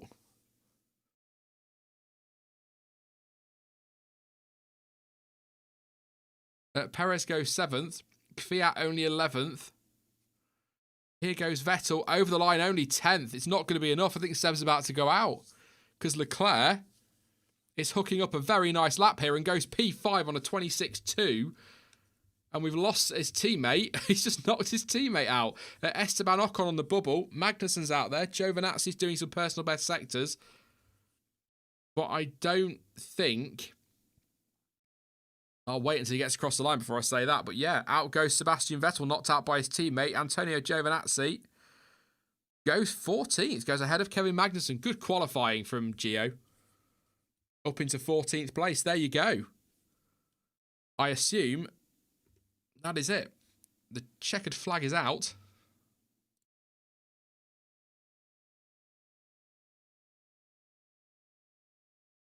Gaps there, but Leclerc within a second of Hamilton.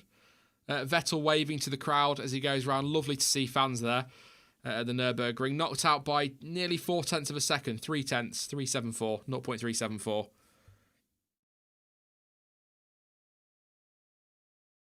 I really thought Ferrari were bringing it this weekend. I really, really did. I'll just check Twitter before we go any further. I've had an email from Huggies. I do not have children. That's slightly concerning. Anyway, just check that we've not got anything from Red Bull on why they didn't send Alex Albon out. I don't think so. They don't tend to share too much in quality to Red Bull now. No, nothing. So... no reason, but it didn't matter in the end. He was comfortable, but there you go. So Hamilton fastest, 1:25.3. Max Verstappen in second on a 25.4. Oh, it's going to be a nice fight for pole, isn't it, potentially? Do you know, I quite fancy Max for pole here. That would set us up quite nicely for the race, but splitting the Mercs would do that as well. So Valtteri Bottas in third place, half a second, and he's 6 tenths off his teammate. Some pressure on that final lap, though. Daniel Ricciardo in 4th place, 7 tenths off Lewis Hamilton, just ahead of Charles Leclerc in 5th. 6th is Alex Albon, 0.895 off Lewis Hamilton. So about the same off his teammate, really, because that was quite close. Lando Norris in 7th and 8th for Sergio Perez. 9th for Carlos Sainz and 10th for Esteban Ocon.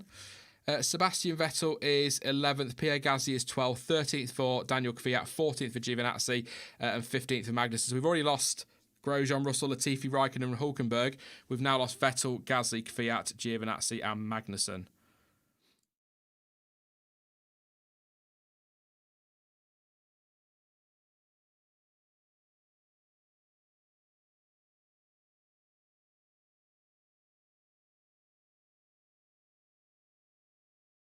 Yeah, that's your 10. So Hamilton, Verstappen, Bottas, Ricciardo, Leclerc, Albon, Norris, Perez, Sainz and Ocon.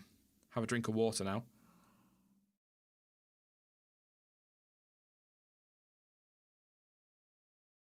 Alex is surprised Gasly didn't make it.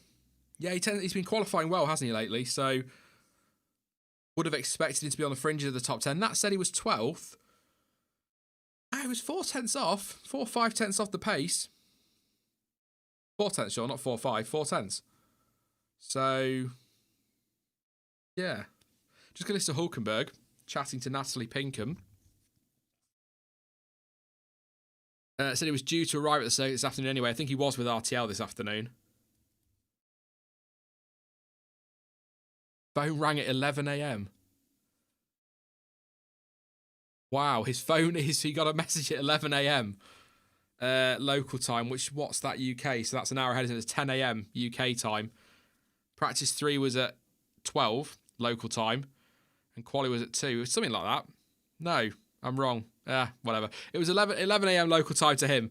So 11 a.m. in Germany, he got the shout. That's quite impressive, isn't it? How quickly he's got. I know it was going to be at the circuit anyway, but get his test done and get in that car. I think he's done all right. Bless him. He's done all right.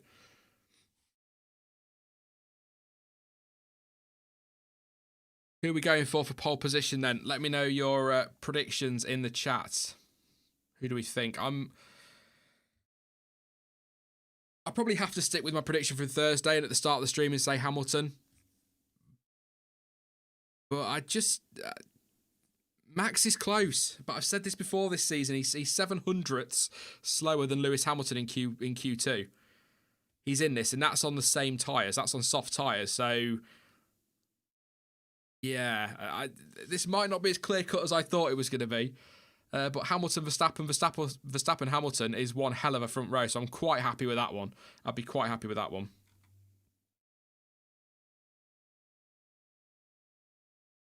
Yeety Boy says Bottas hasn't got his porridge. Safe Plum's gone with Max. Nick's gone with Max as well. Max for Mr. Bank. Verstappen, Hamilton, Bottas for Twigster. Hamilton as well. I think I just saw Hamilton. Yeah, Hamilton versus Verstappen, says Yeety Boy. The Renault is looking impressive. Absolutely is. I think they've been one of my surprises for this season, along with how bad that Ferrari's been. But I really have been quite shocked by how good that Renault's been, considering where they were last year. So, yeah. Twigster also adds track evolution and right time. It's definitely about being on the track, last across the line for pole today. So that'll be what they're going for. I don't think the toes, it's not powerful here at all. It's a fairly long start-finish straight, but not really going to be anything. There'll be no fighting for that. Bottas for pole, says Eamon. Skew says Max. Ian says Charles. Ruben's gone with Charles as well. Ben Roberts says Hamilton. Lando for pole for Carl. Why not? Yeah, and I mean, Andre Silva saying the question is who will be fourth? Me. I'm going to take my little Astra out there and put it in fourth place. You watch. I won't. It'll never happen. Never be that quick.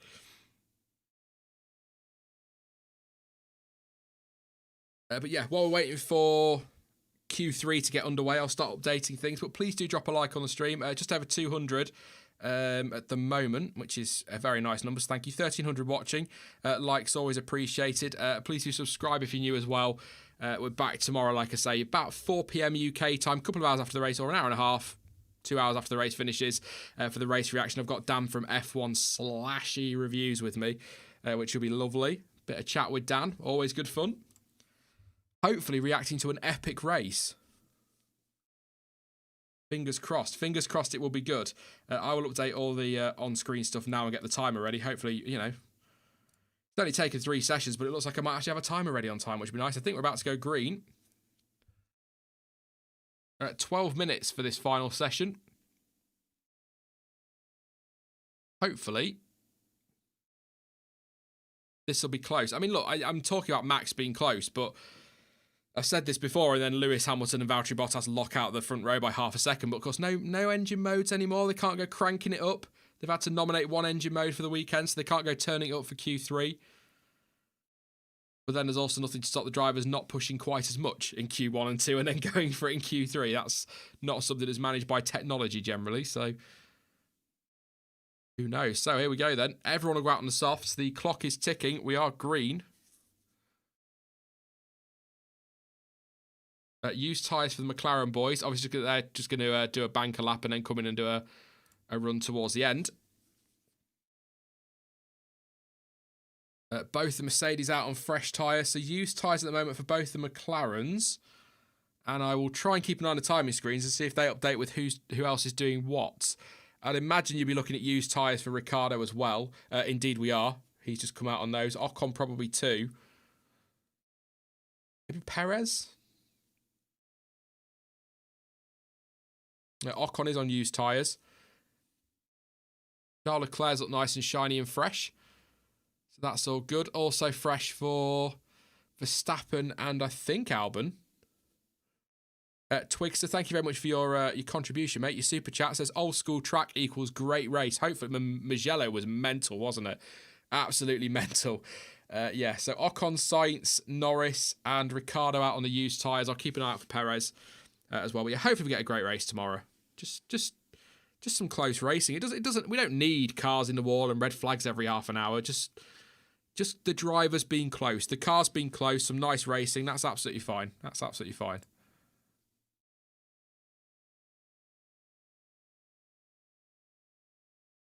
How much did Vettel miss out by? Good question.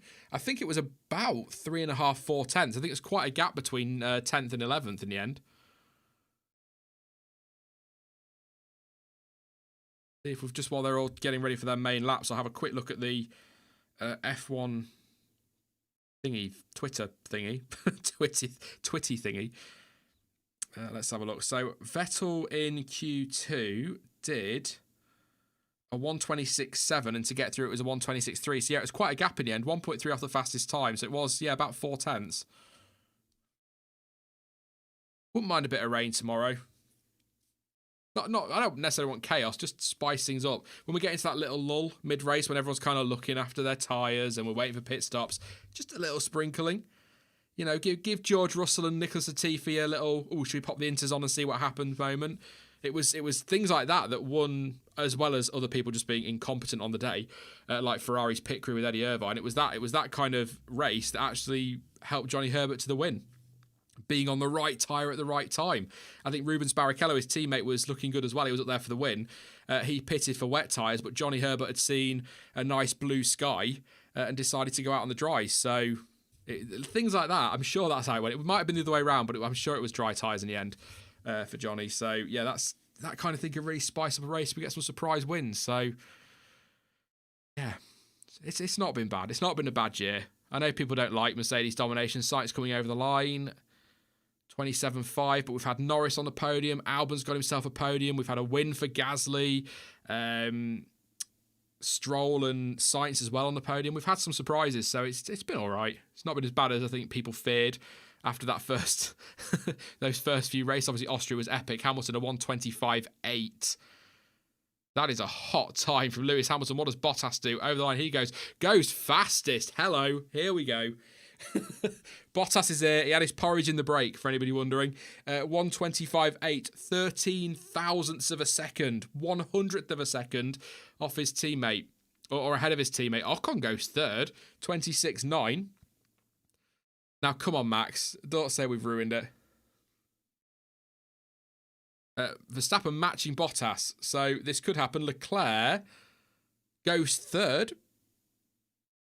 What can Max do, though? This is the big question. Is he in this fight for pole position? Yes, he is. It's a 1:25.7 from Max Verstappen, 700ths of a second quicker than Valtteri Bottas. Alex Albon in fourth. That is exactly where he needs to be. Half a second off his teammate, but if he's fourth after this session and Verstappen is on pole, that gives Red Bull options.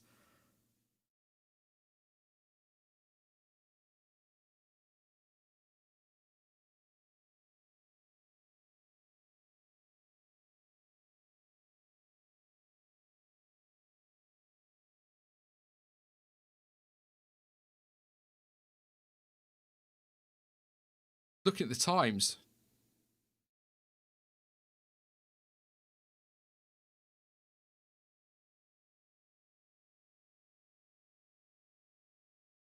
Yeah, so 25.7. It was just like a minute to update there. 25.7 for Verstappen, 25.8 for Bottas, 25.8 for Hamilton, 26.2 for Albon, 26.4 for Leclerc. So Leclerc's got some good pace. He might be able to nick P4 here. So there you go.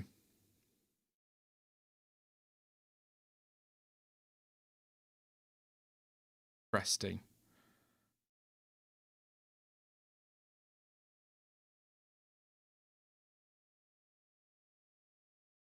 What did Ocon doing? Ricardo in turn one. Oh, I got a swapper on the exit. That's why he's a little bit low. 1:28.0 for him too. Yeah, he backed out of that one. Used tyres though. Ocon unused as well. So those times are not really. Vroom Vroom says Leclerc is a magician. He's doing a job in that car this year, isn't he? No doubt whatsoever. Dragging it around. Max Verstappen in the pits. Nice fresh set of tyres. We've got a fight here. There's 8/100ths of a second separating the top three.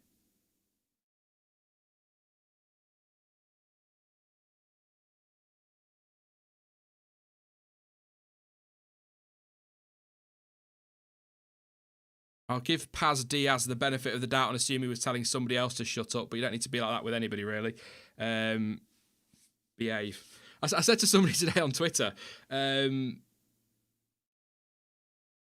things got a bit blocky on the channel about a year and a half ago, like mods that were just blocking people left, right, and centre for nothing.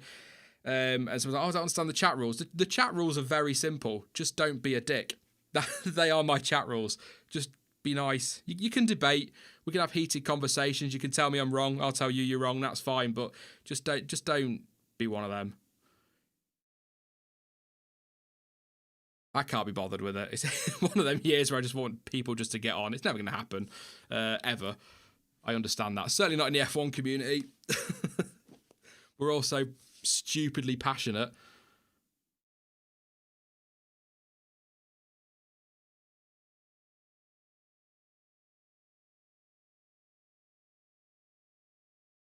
Who we got for pole then? What do we reckon? Do we think Max is going to do this?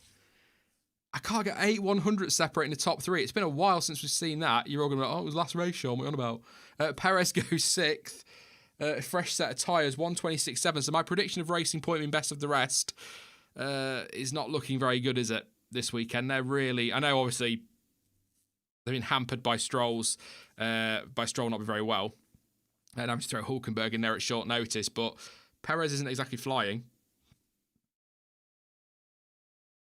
I'd like to think on a fresh set of softs, Ocon and then McLaren's, and probably Ricciardo will be ahead of him.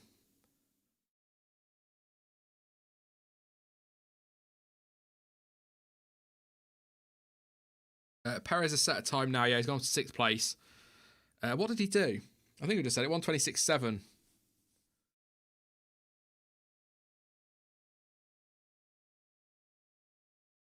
Here we go. Final runs then. 3.5 minutes to go.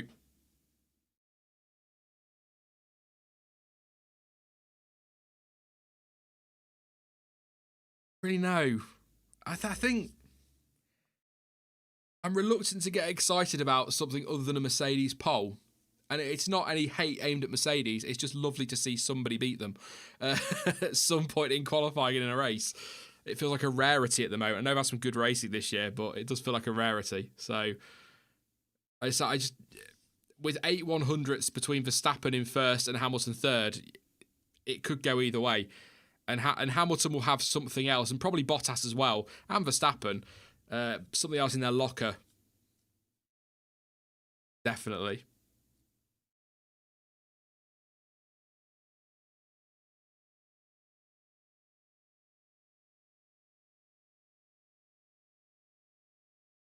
Perez. So Perez won't go for another run now. He's done his one run.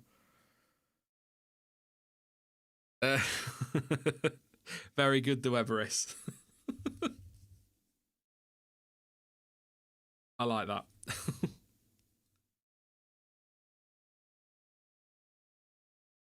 Here we go then. So Hamilton, 96 poles, of course. Going for 97. If he wins this weekend, he equals Michael Schumacher's record for victories in Germany as well. I mean, come on. Kind of written, isn't it? Hamilton backing right off just as they approach that final corner. Give himself some space. Bottas nice and slow through that final chicane as well. Here we go. I'm going to just very quickly have a drink. Hamilton's got a nice clear run.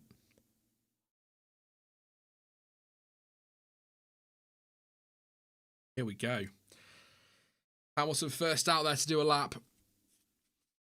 So, I think Verstappen's behind the other two as well. So he is going to be last of those top three across the line. So that, track evolution might play a part.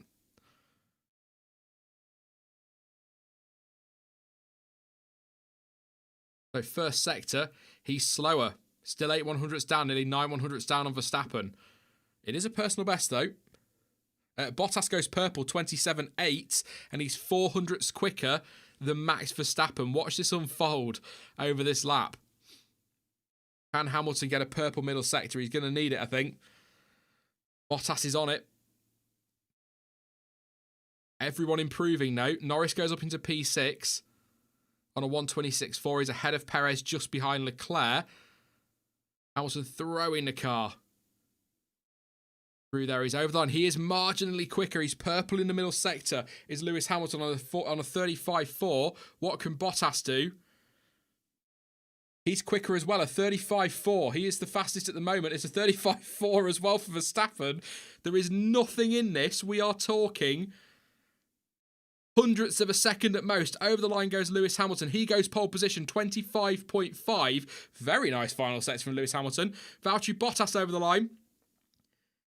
He has done it. It's a 25.2 for Bottas. What can Max Verstappen do? He goes over the line. Only P3 for Max. It wasn't a great final sector in the end. It is Valtteri Bottas on pole position from Lewis Hamilton 2.5 tenths further back. And then Max Verstappen just a few hundredths. And it's Alex Albon in 4th. We've got Mercedes, Red Bull, Renault, Ferrari, McLaren, Racing Point and McLaren. What can Leclerc do? He's still out there improving, I think. Yes, he is. What can he do? I don't think he's getting anywhere near the front row. Goes P4 for Charles Leclerc. What a lap. 1:26.0. It's P4 for Charles Leclerc. 100th quicker than Alex Albon and half a second off Max Verstappen. So there you go. Where has that come from Bottas?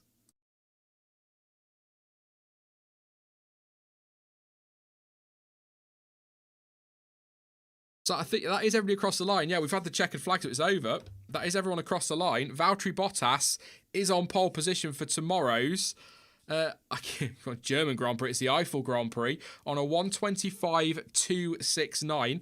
Lewis Hamilton second on a 1:25.5, 2 tenths further back, 2.5 tenths back. Max Verstappen in 3rd, nearly 3 tenths off the pole time, but only a few hundredths off Lewis Hamilton. That final run for those three was so close in some of those sectors. Charles Leclerc in 4th place, stunning drive, 26.0, 7 tenths off the fastest time. Alex Albon also 7 tenths off in 5th place. Daniel Ricciardo in 6th, 1:26.2, 9 tenths off. Esteban Ocon, to be fair, only a couple of hundredths behind his teammate in 7th. Lando Norris in 8th place for McLaren, 1.1, 9th for Sergio Perez, and 10th for Carlos Sainz. And then, of course, it's Vettel, Gasly, Kvyat, Giovinazzi, Magnussen, Grosjean, Russell, Latifi, Raikkonen, and Hulkenberg.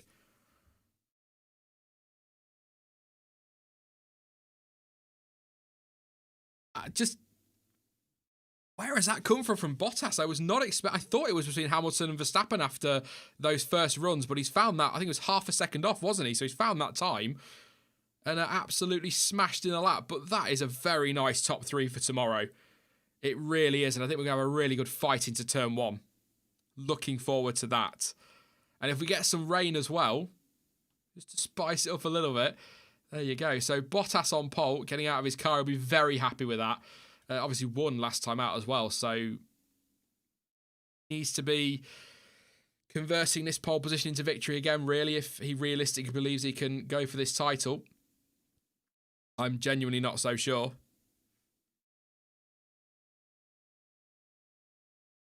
Who had Bottas for pole? There were a few in chat that did. Eamon says, I told you, sure. So Eamon definitely obviously had Bottas for pole, so well done on that one.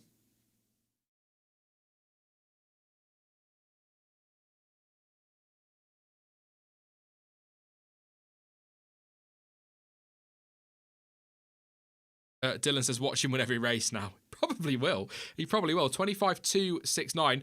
I'm going to tell you some massive, shocking breaking news. That 1:25.269 is a new track record for F1 at the Nurburgring.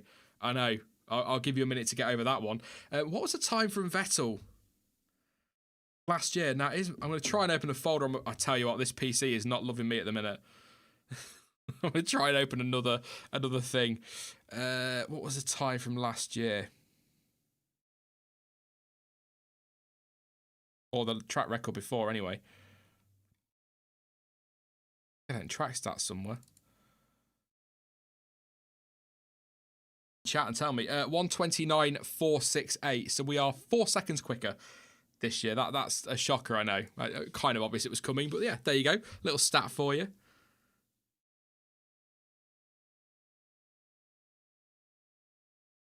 We'll have a chat in a minute about driver of the day. I'll run through the order as well. I like to put a timestamp in for those who just want to pop along for some reaction to quali. Very briefly, then we'll wrap it up there in about 15 minutes time probably. 2013, yeah, not last year. Thank you, Kieran. It was 2013, wasn't it? Sebastian Vettel with that win. Can't remember what kind of race that was. 2011, if you watched that on YouTube yesterday, was a better race than I remembered it was. Paul di Resta doing the driver interviews, and I think Max Verstappen will be frustrated here. Wouldn't mind seeing his lap. There's a mistake somewhere.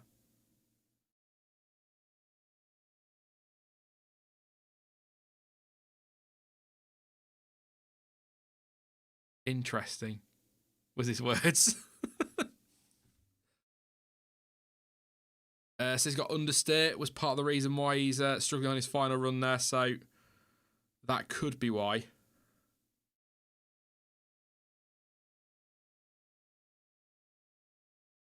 Yeah, Max Verstappen's getting closer. So yeah, I mean, yeah, Jay Paul says it's boring. He's not happy, I'd imagine, with Albon down in 5th place. That qualifying was not boring at all. That went right to the wire, and I mean that gap, 3/10 back to Verstappen, looks huge, doesn't it? But that whole final Q3 session was so close between the top 3, and it was only on those final runs that Bottas actually smashed that time in. So I think that was a really good. I mean, qualifying usually is, isn't it? To be fair, pretty exciting, even if you're confident you know the result before you go into it. I think that was a good session. The race tomorrow, I'm hoping it'll be good. Bottas is next. Purple in all 3 sectors, Paul di Resta pointing out there. Max was improving, though, wasn't he, on his laps, and so was Lewis Hamilton. So everybody improved on the final run. Blobmon says Red Bull close enough to challenge tomorrow. I think so. Within 3/10 in qualifying, and probably have more time in the car as well. Yeah. I think they're in the fight tomorrow, 100%.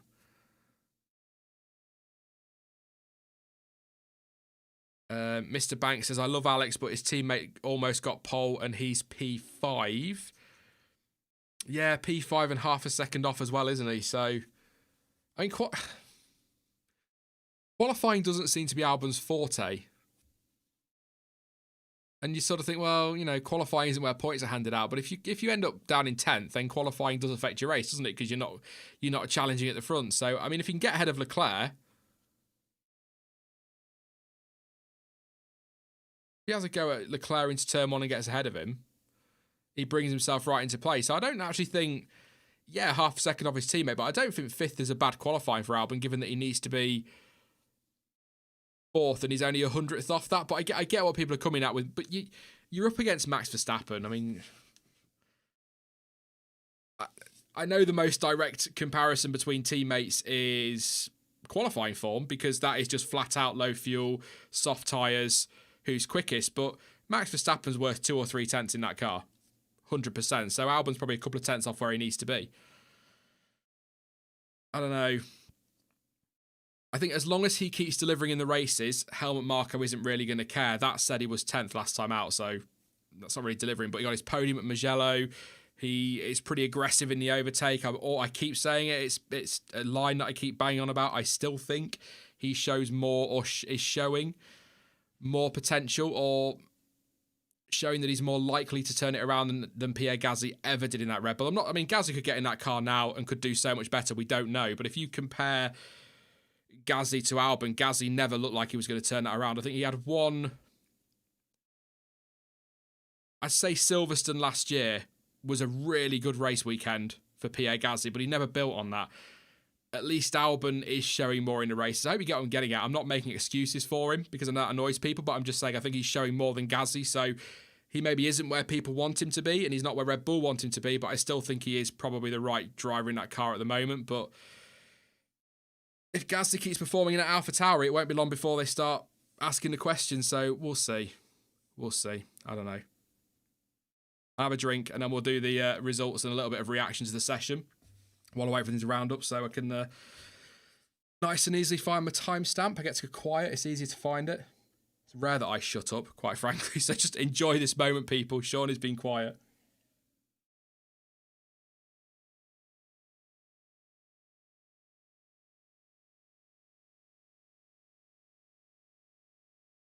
That's qualifying then for the 2020 Eifel Grand Prix. I'll go with the result first and we'll do some reaction, like I say. So Valtteri Bottas will start on pole tomorrow. Obviously provisional grid at the moment because we don't know what's going to happen between now and tomorrow. There could be penalties.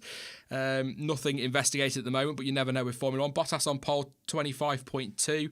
Lewis Hamilton a 25.5, 2.5 tenths behind his teammate. Max Verstappen in third on a 25.5 as well. Just...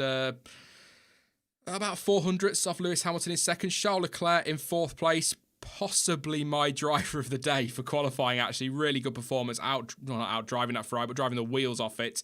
7.5 tenths off the fastest time. No, Alex Albon in fifth also. About a hundredth of a second off Leclerc in fourth. And half a second off his teammate. Daniel Ricciardo in sixth and Esteban Ocon seventh. Like I said a little bit earlier, just a couple of hundredths off his teammate. Lando Norris eighth and Sergio Perez in ninth, and it's 10th for Carlos Sainz. 11th place was Sebastian Vettel, about 4 tenths off of getting through into Q3. He was therefore obviously knocked out in Q2. Pierre Gasly in 12th, Daniel Kvyat 13th, and Antonio Giovinazzi in 14th. I actually think he had a very good session today. Got through into Q2 and out-qualified Kevin Magnussen in 15th on a 127.1.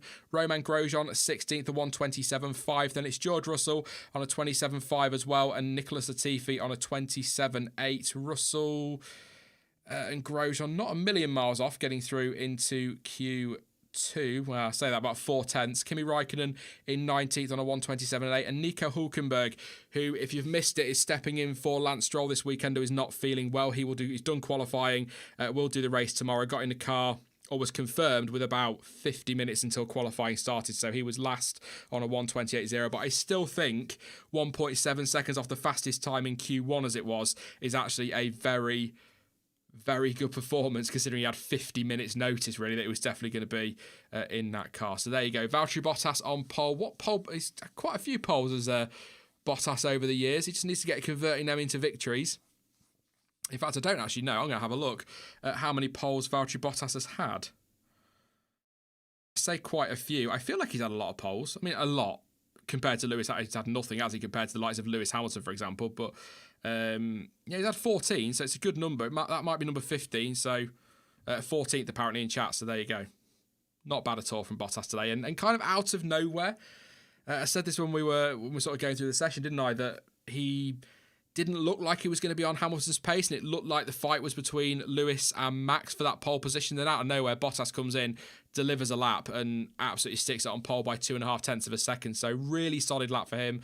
Lewis Hamilton second and Verstappen third. They're all starting on a soft tyre.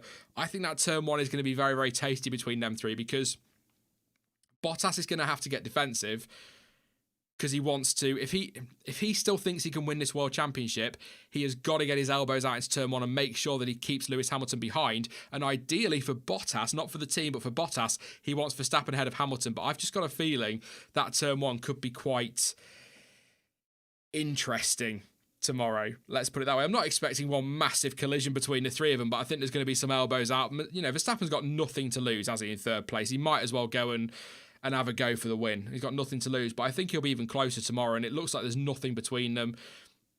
They've had an hour of practice, and then they've had an hour of qualifying, so they've not had a lot of track time. We've not been here for 7 years. It's cold. There's just so many question marks over tomorrow, and it could rain as well. So, yeah, it's a Mercedes front row lockout, but I don't think we're going to have a straightforward race tomorrow. Maybe not Mugello chaos, although I'm sure a few of you in chat will be like, yes, please. I'd quite like some Mugello chaos without the massively dangerous restart accident, of course. But yeah, I'm not expecting madness, but I think we will get a good race tomorrow. And Charles Leclerc in fourth place. What do you think in chat? Who was your driver of the afternoon? If you're watching this afterwards, let me know in the comments as well who your driver of qualifying was. Charles Leclerc has to be for me. He is... I hate the phrase out driving, and I know I'm not alone in that, but he is absolutely extracting everything he can. We're on board with him actually on the TV feed. He's extracting absolutely everything he can from that car, and to get it in fourth place, yeah, all right, 7.5 tenths off the fastest time, whatever. He's in a pretty terrible Ferrari. I think he's done a great job. I think he's done a great job this afternoon. It is an upgraded Ferrari, so I don't know how much of that is going to be the updates. It'll be interesting to see what he says after the session. Follow me on Twitter, and I'll probably say something over there once we get all the quotes in. But really impressed with Charles Leclerc today, and I think P4 was the big surprise. Really, a couple of your. I'll do the driver of the day afterwards, but Alex Albon as well. He needs to get ahead of Charles Leclerc tomorrow. I'm not going to go on about Albon. I've said what I needed to say in this stream already. I've said it over the last few weeks. I want him to do well, get in that mix tomorrow, get himself ahead of Leclerc, and he can really play, especially if you think, let's play a hypothetical here. Let's say Verstappen gets ahead of Hamilton off the line and Albon gets ahead of Leclerc. That gives Red Bull the option to pull the trigger with Albon and then force Mercedes' hands, so that just gives them the strategy option to take the fight to Mercedes. If they've only got one car up there, they can't. Verstappen's always going to have to react to what Mercedes do.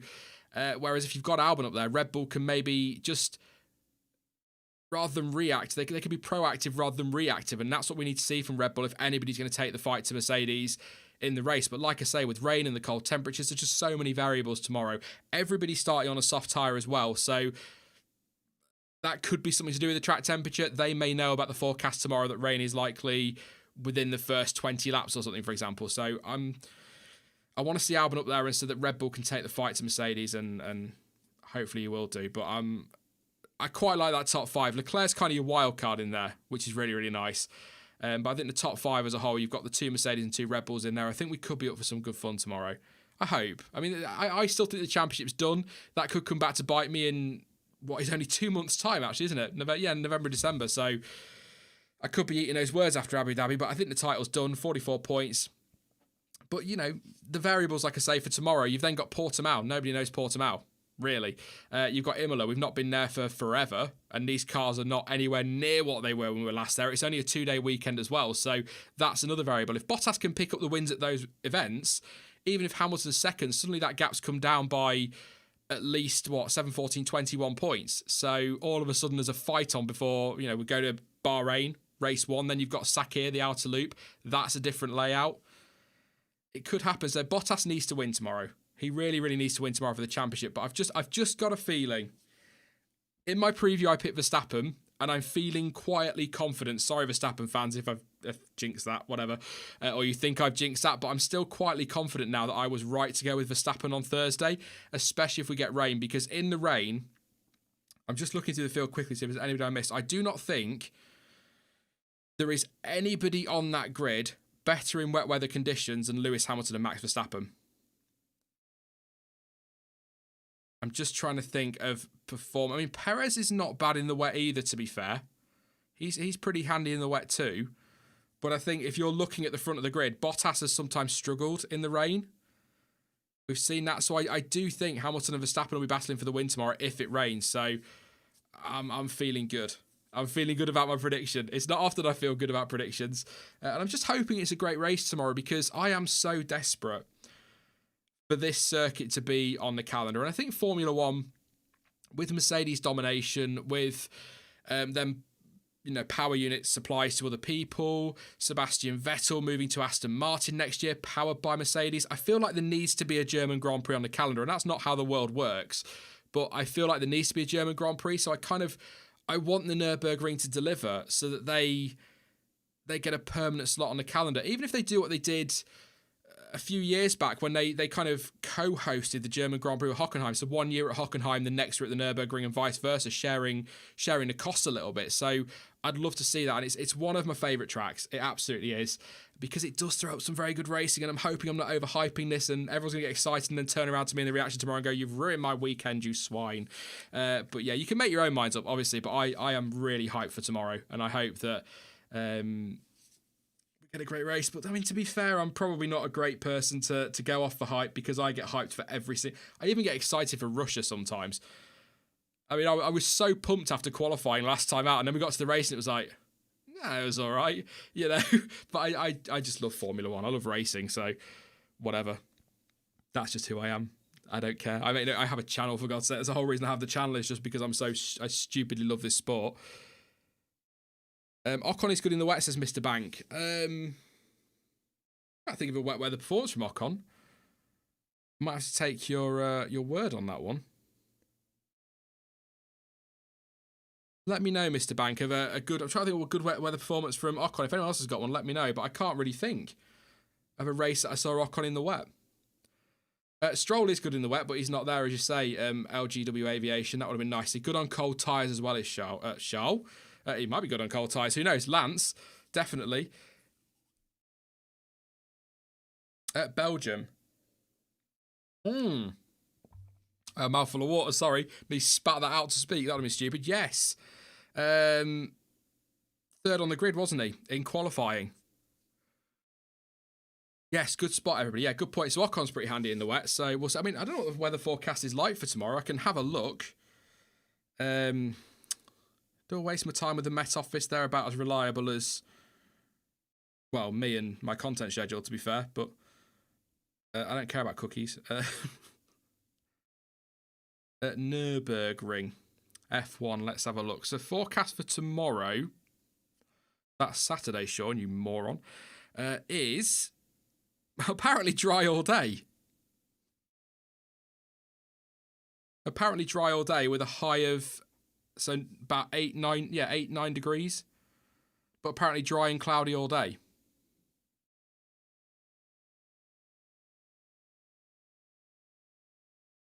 So the hype for the rain might not be a thing. But that said, kind of like, I'm going to throw a cliche in there now, kind of like Interlagos, kind of like Austria as well, and Belgium, it's kind of got a bit more of its own climate at the Nurburgring because of where it is. So just because it said it's going to be dry doesn't mean it will be dry. We might get a sprinkle of rain. The clouds will be there, so we'll see.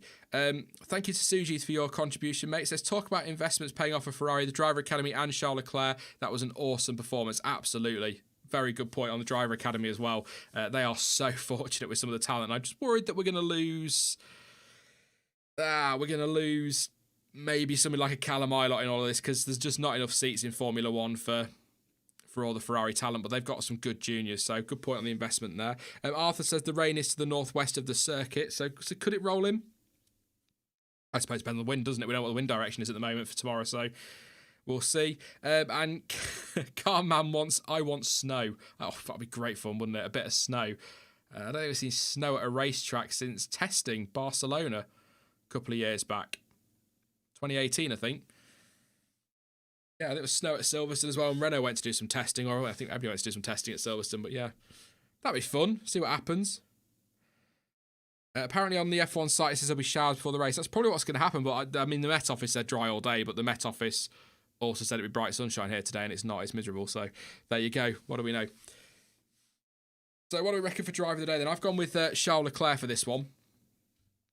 We'll talk about strategy in a moment as well. I hope Pirelli will put something out in a second, but I've got to go with Leclerc for this one. For driver of the day. I know I've already asked you this, but I didn't read your things out, and I'm too lazy to scroll back up the chat. Astro Stevo says Gio. I think Gio's a good shout away from Leclerc. Got it, you know, he must have come into this weekend on massive pressure with talk about Kimi Räikkönen staying and Mick Schumacher getting in his car for FP1, obviously to get the laps in, but I think he came in with a pressure this weekend, and to get into Q2 and out-qualify somebody in Q2, I think it's pretty solid. So I think he deserves a nod, but I can't look anywhere else other than Charles Leclerc. Andrew Robinson, thank you for your contribution, mate. He says, hoping for a Danny Rick podium. That'd be nice. I'd say it for the millionth time in these last 3 races, probably. I'd love to see Danny Rick get a podium before the end of the year. Go out with a bang at Renault would be great. And then just get a tattoo for Cyril, and Sky will stop talking about it. Gio was decent, says Ben Roberts, but Leclerc, Flying Tiger's gone with Chuck, undoubtedly. Bright Flare says Lance Stroll. I wonder what Lance Stroll's up to. Probably sat in his room watching and gutted that he can't be out there. Definitely. Good point, actually, from Astro. Just backing up his own point. It says 14th for Gio in an Alfa Romeo versus Kimi in 19th. That's a very good point. Warren M says Norris was a good day today. Where was Lando in the end? Yeah, P8. Good, solid performance. McLaren looking right in the mix with those Renaults again, aren't they? I think Ocon did well as well, getting pretty close to... a couple of hundredths off Ricciardo. I think he did pretty well as well. Yeah, a lot of love for Charles Leclerc out there, understandably, definitely. So we'll see how it goes tomorrow. But I think strategy-wise, I think it depends on the rain. I said this in the preview. It could be, I think teams will push for a one-stopper because that's just what they do. But obviously the cold cracking that we've talked about and a few other things might hamper that. But if it rains, we could end up with 5 or 6 stops. If we get a bit of rain, then it dries up, and a bit of rain, and it dries up. So I think probably one stop if it stays dry. I think if you're a Vettel, it might be worth going for a 2, but I think most of those from 11th down are probably going to be starting on the medium tyre and going a bit longer, but it'll be interesting. I'm looking forward to the strategy tomorrow. Just double check and see if Pirelli have said anything, because they were very reluctant to commit to anything in their preview, which I sort of get, because we've not been here for 7 years. If they come out and go, oh, it's definitely going to be a 1 stop, and then they all do 7 stops, and they're going to look a little bit daft on that one. They've not actually tweeted for a while.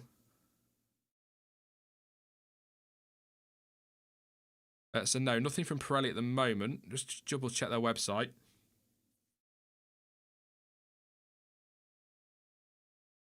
No, nothing in the media thing either. So I assume they're still trying to work it out. But I reckon a 1 stop tomorrow if it stays dry. But I hope it doesn't.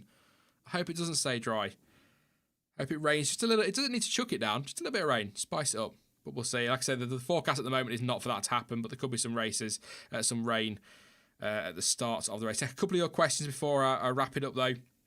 I said 15 minutes, 25 minutes ago, so it's going well. Martin Hodge says, what are the excuses for Seb today? Ferrari building a special car which is half a second slower than Charles in some sort of conspiracy against him.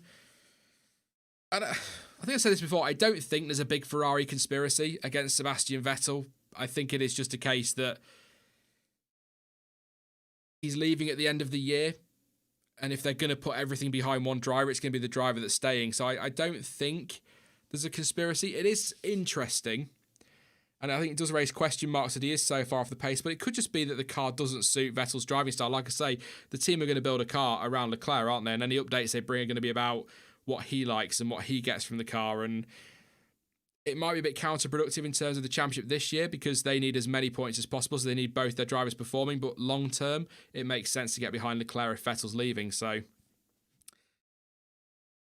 I just think in that car, you've said it there, Martin. Seb is just, I think in that car, I think he's just slower than Leclerc. I don't think there's anything. I don't know. The thing is, I keep talking about backing Leclerc because he's a future and they've not given Vettel a deal, but Leclerc also pretty much did Vettel last year as well, didn't he? In fact, he did. He finished ahead of him in the championship, so he was quicker last year as well. So I think in that, certainly in this year's car, he's slower, but I think maybe Leclerc, the car just might suit Leclerc. I don't know. I'd love to dig a little bit deeper into what's going on at Ferrari, but I don't know. I mean, we all know why they're struggling this year, but Leclerc's performance today was stunning. And then again, like Martin's pointing out there, you look down to Vettel in 11th and you sort of think, well, hang on a minute, why aren't you up there? But he was up there early on, so weird. But yeah, well, I mean, it might come out. I'm hoping he does an autobiography. There are 2 autobiographies of drivers on the grid at the moment that I can't wait for. That's Lewis Hamilton, because I want to know what went on in 2007. I'm fascinated by that. And I'd love to see Seb's autobiography in a few years' time when he's retired and find out what happened this year, and we might get an answer then. But Ferrari ain't going to tell us. I don't think Seb ever will, because he is a professional. We can only speculate, but just not quick enough at the minute. Whichever way, whether it's the car or not, he's just not quick enough, is he? So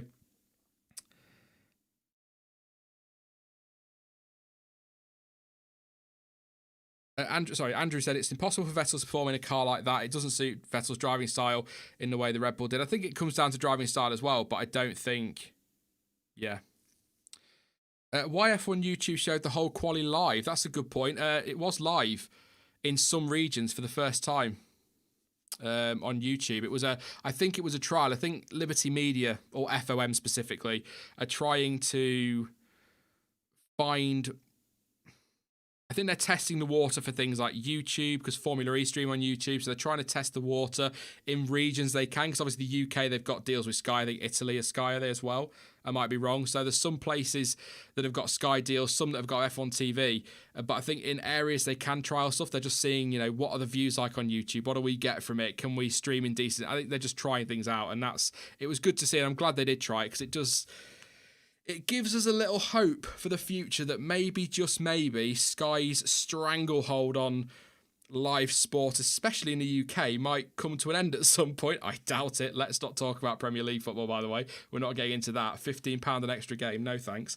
But yeah, I think they were just trying stuff out. But I quite like that, and I'm hoping that maybe we see it on YouTube in the future. At least I know it's in the contract, but I don't really think.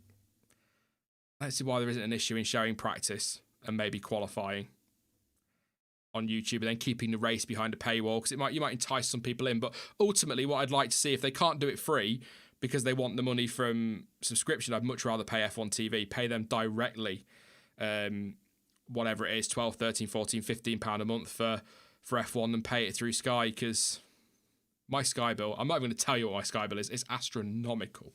It's appalling. And that's. I mean, Carman's saying now, Happy Sky does a lot with F1. I mean, I actually think the Sky coverage is good. I think this year it's been disappointing, and I don't get angry about the Sky coverage.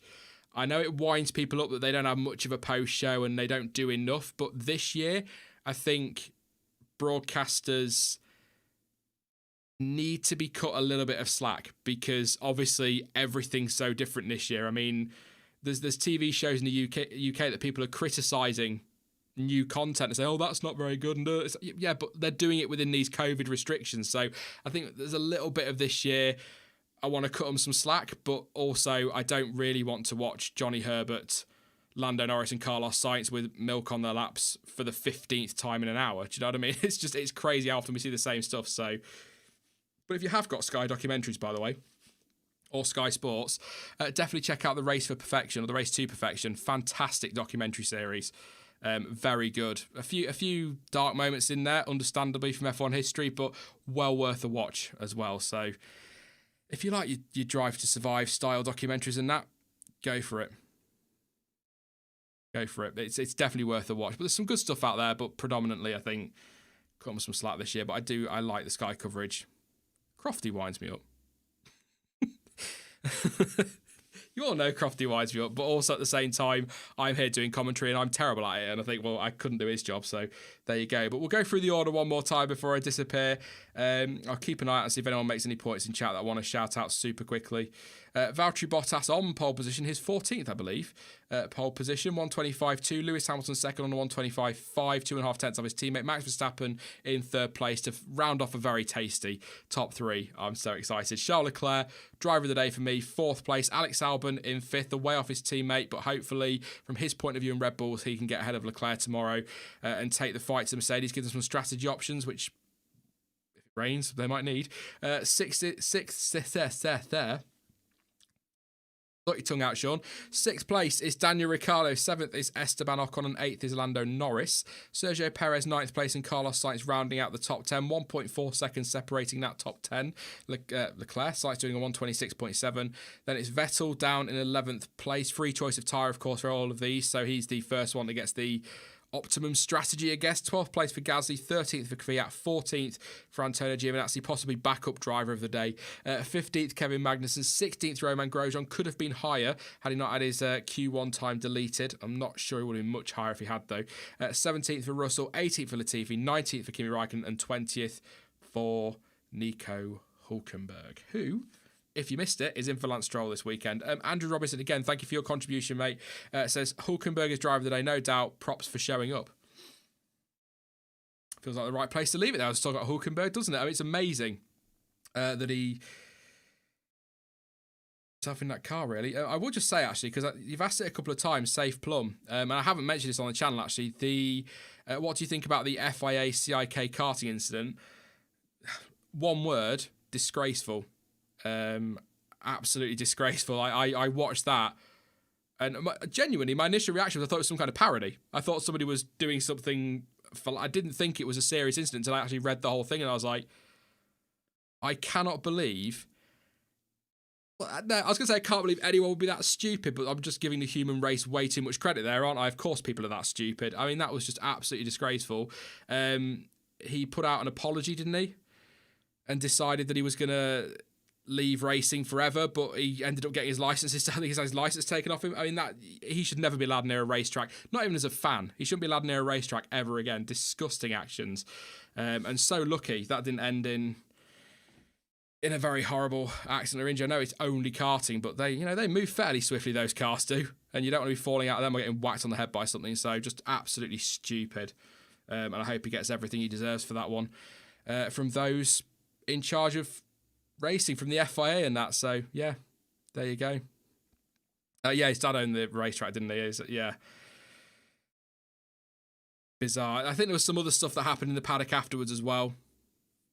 I don't know what that was. I've seen rumours. I don't know if they're true. I haven't read anything on it, but just stupid. Why? What do you achieve by doing that? I mean, it's just, I'm laughing because it's just baffling when you think about it. I think there was a video at a karting track of somebody else punching a kid as well from a few weeks ago. And it's like, guys, calm the hell. I know emotions are running high, but that's ridiculous. Absolutely ridiculous. I mean, whatever. Just get out of motorsport, mate. End of. But yeah, we'll leave it there. Felipe Massa is ahead of karting, so that could be interesting. Hopefully Felipe stands firm on that one and sorts it out. Absolutely. I can't say any more than that because I'll go off on one. I don't want to go off on one because I'll say something I regret. Because you know what I'm like when I start. But yeah, what's your opinion on the recent Grosjean to Peugeot rumours? He said he quite fancies it, doesn't he? For 22 or 23?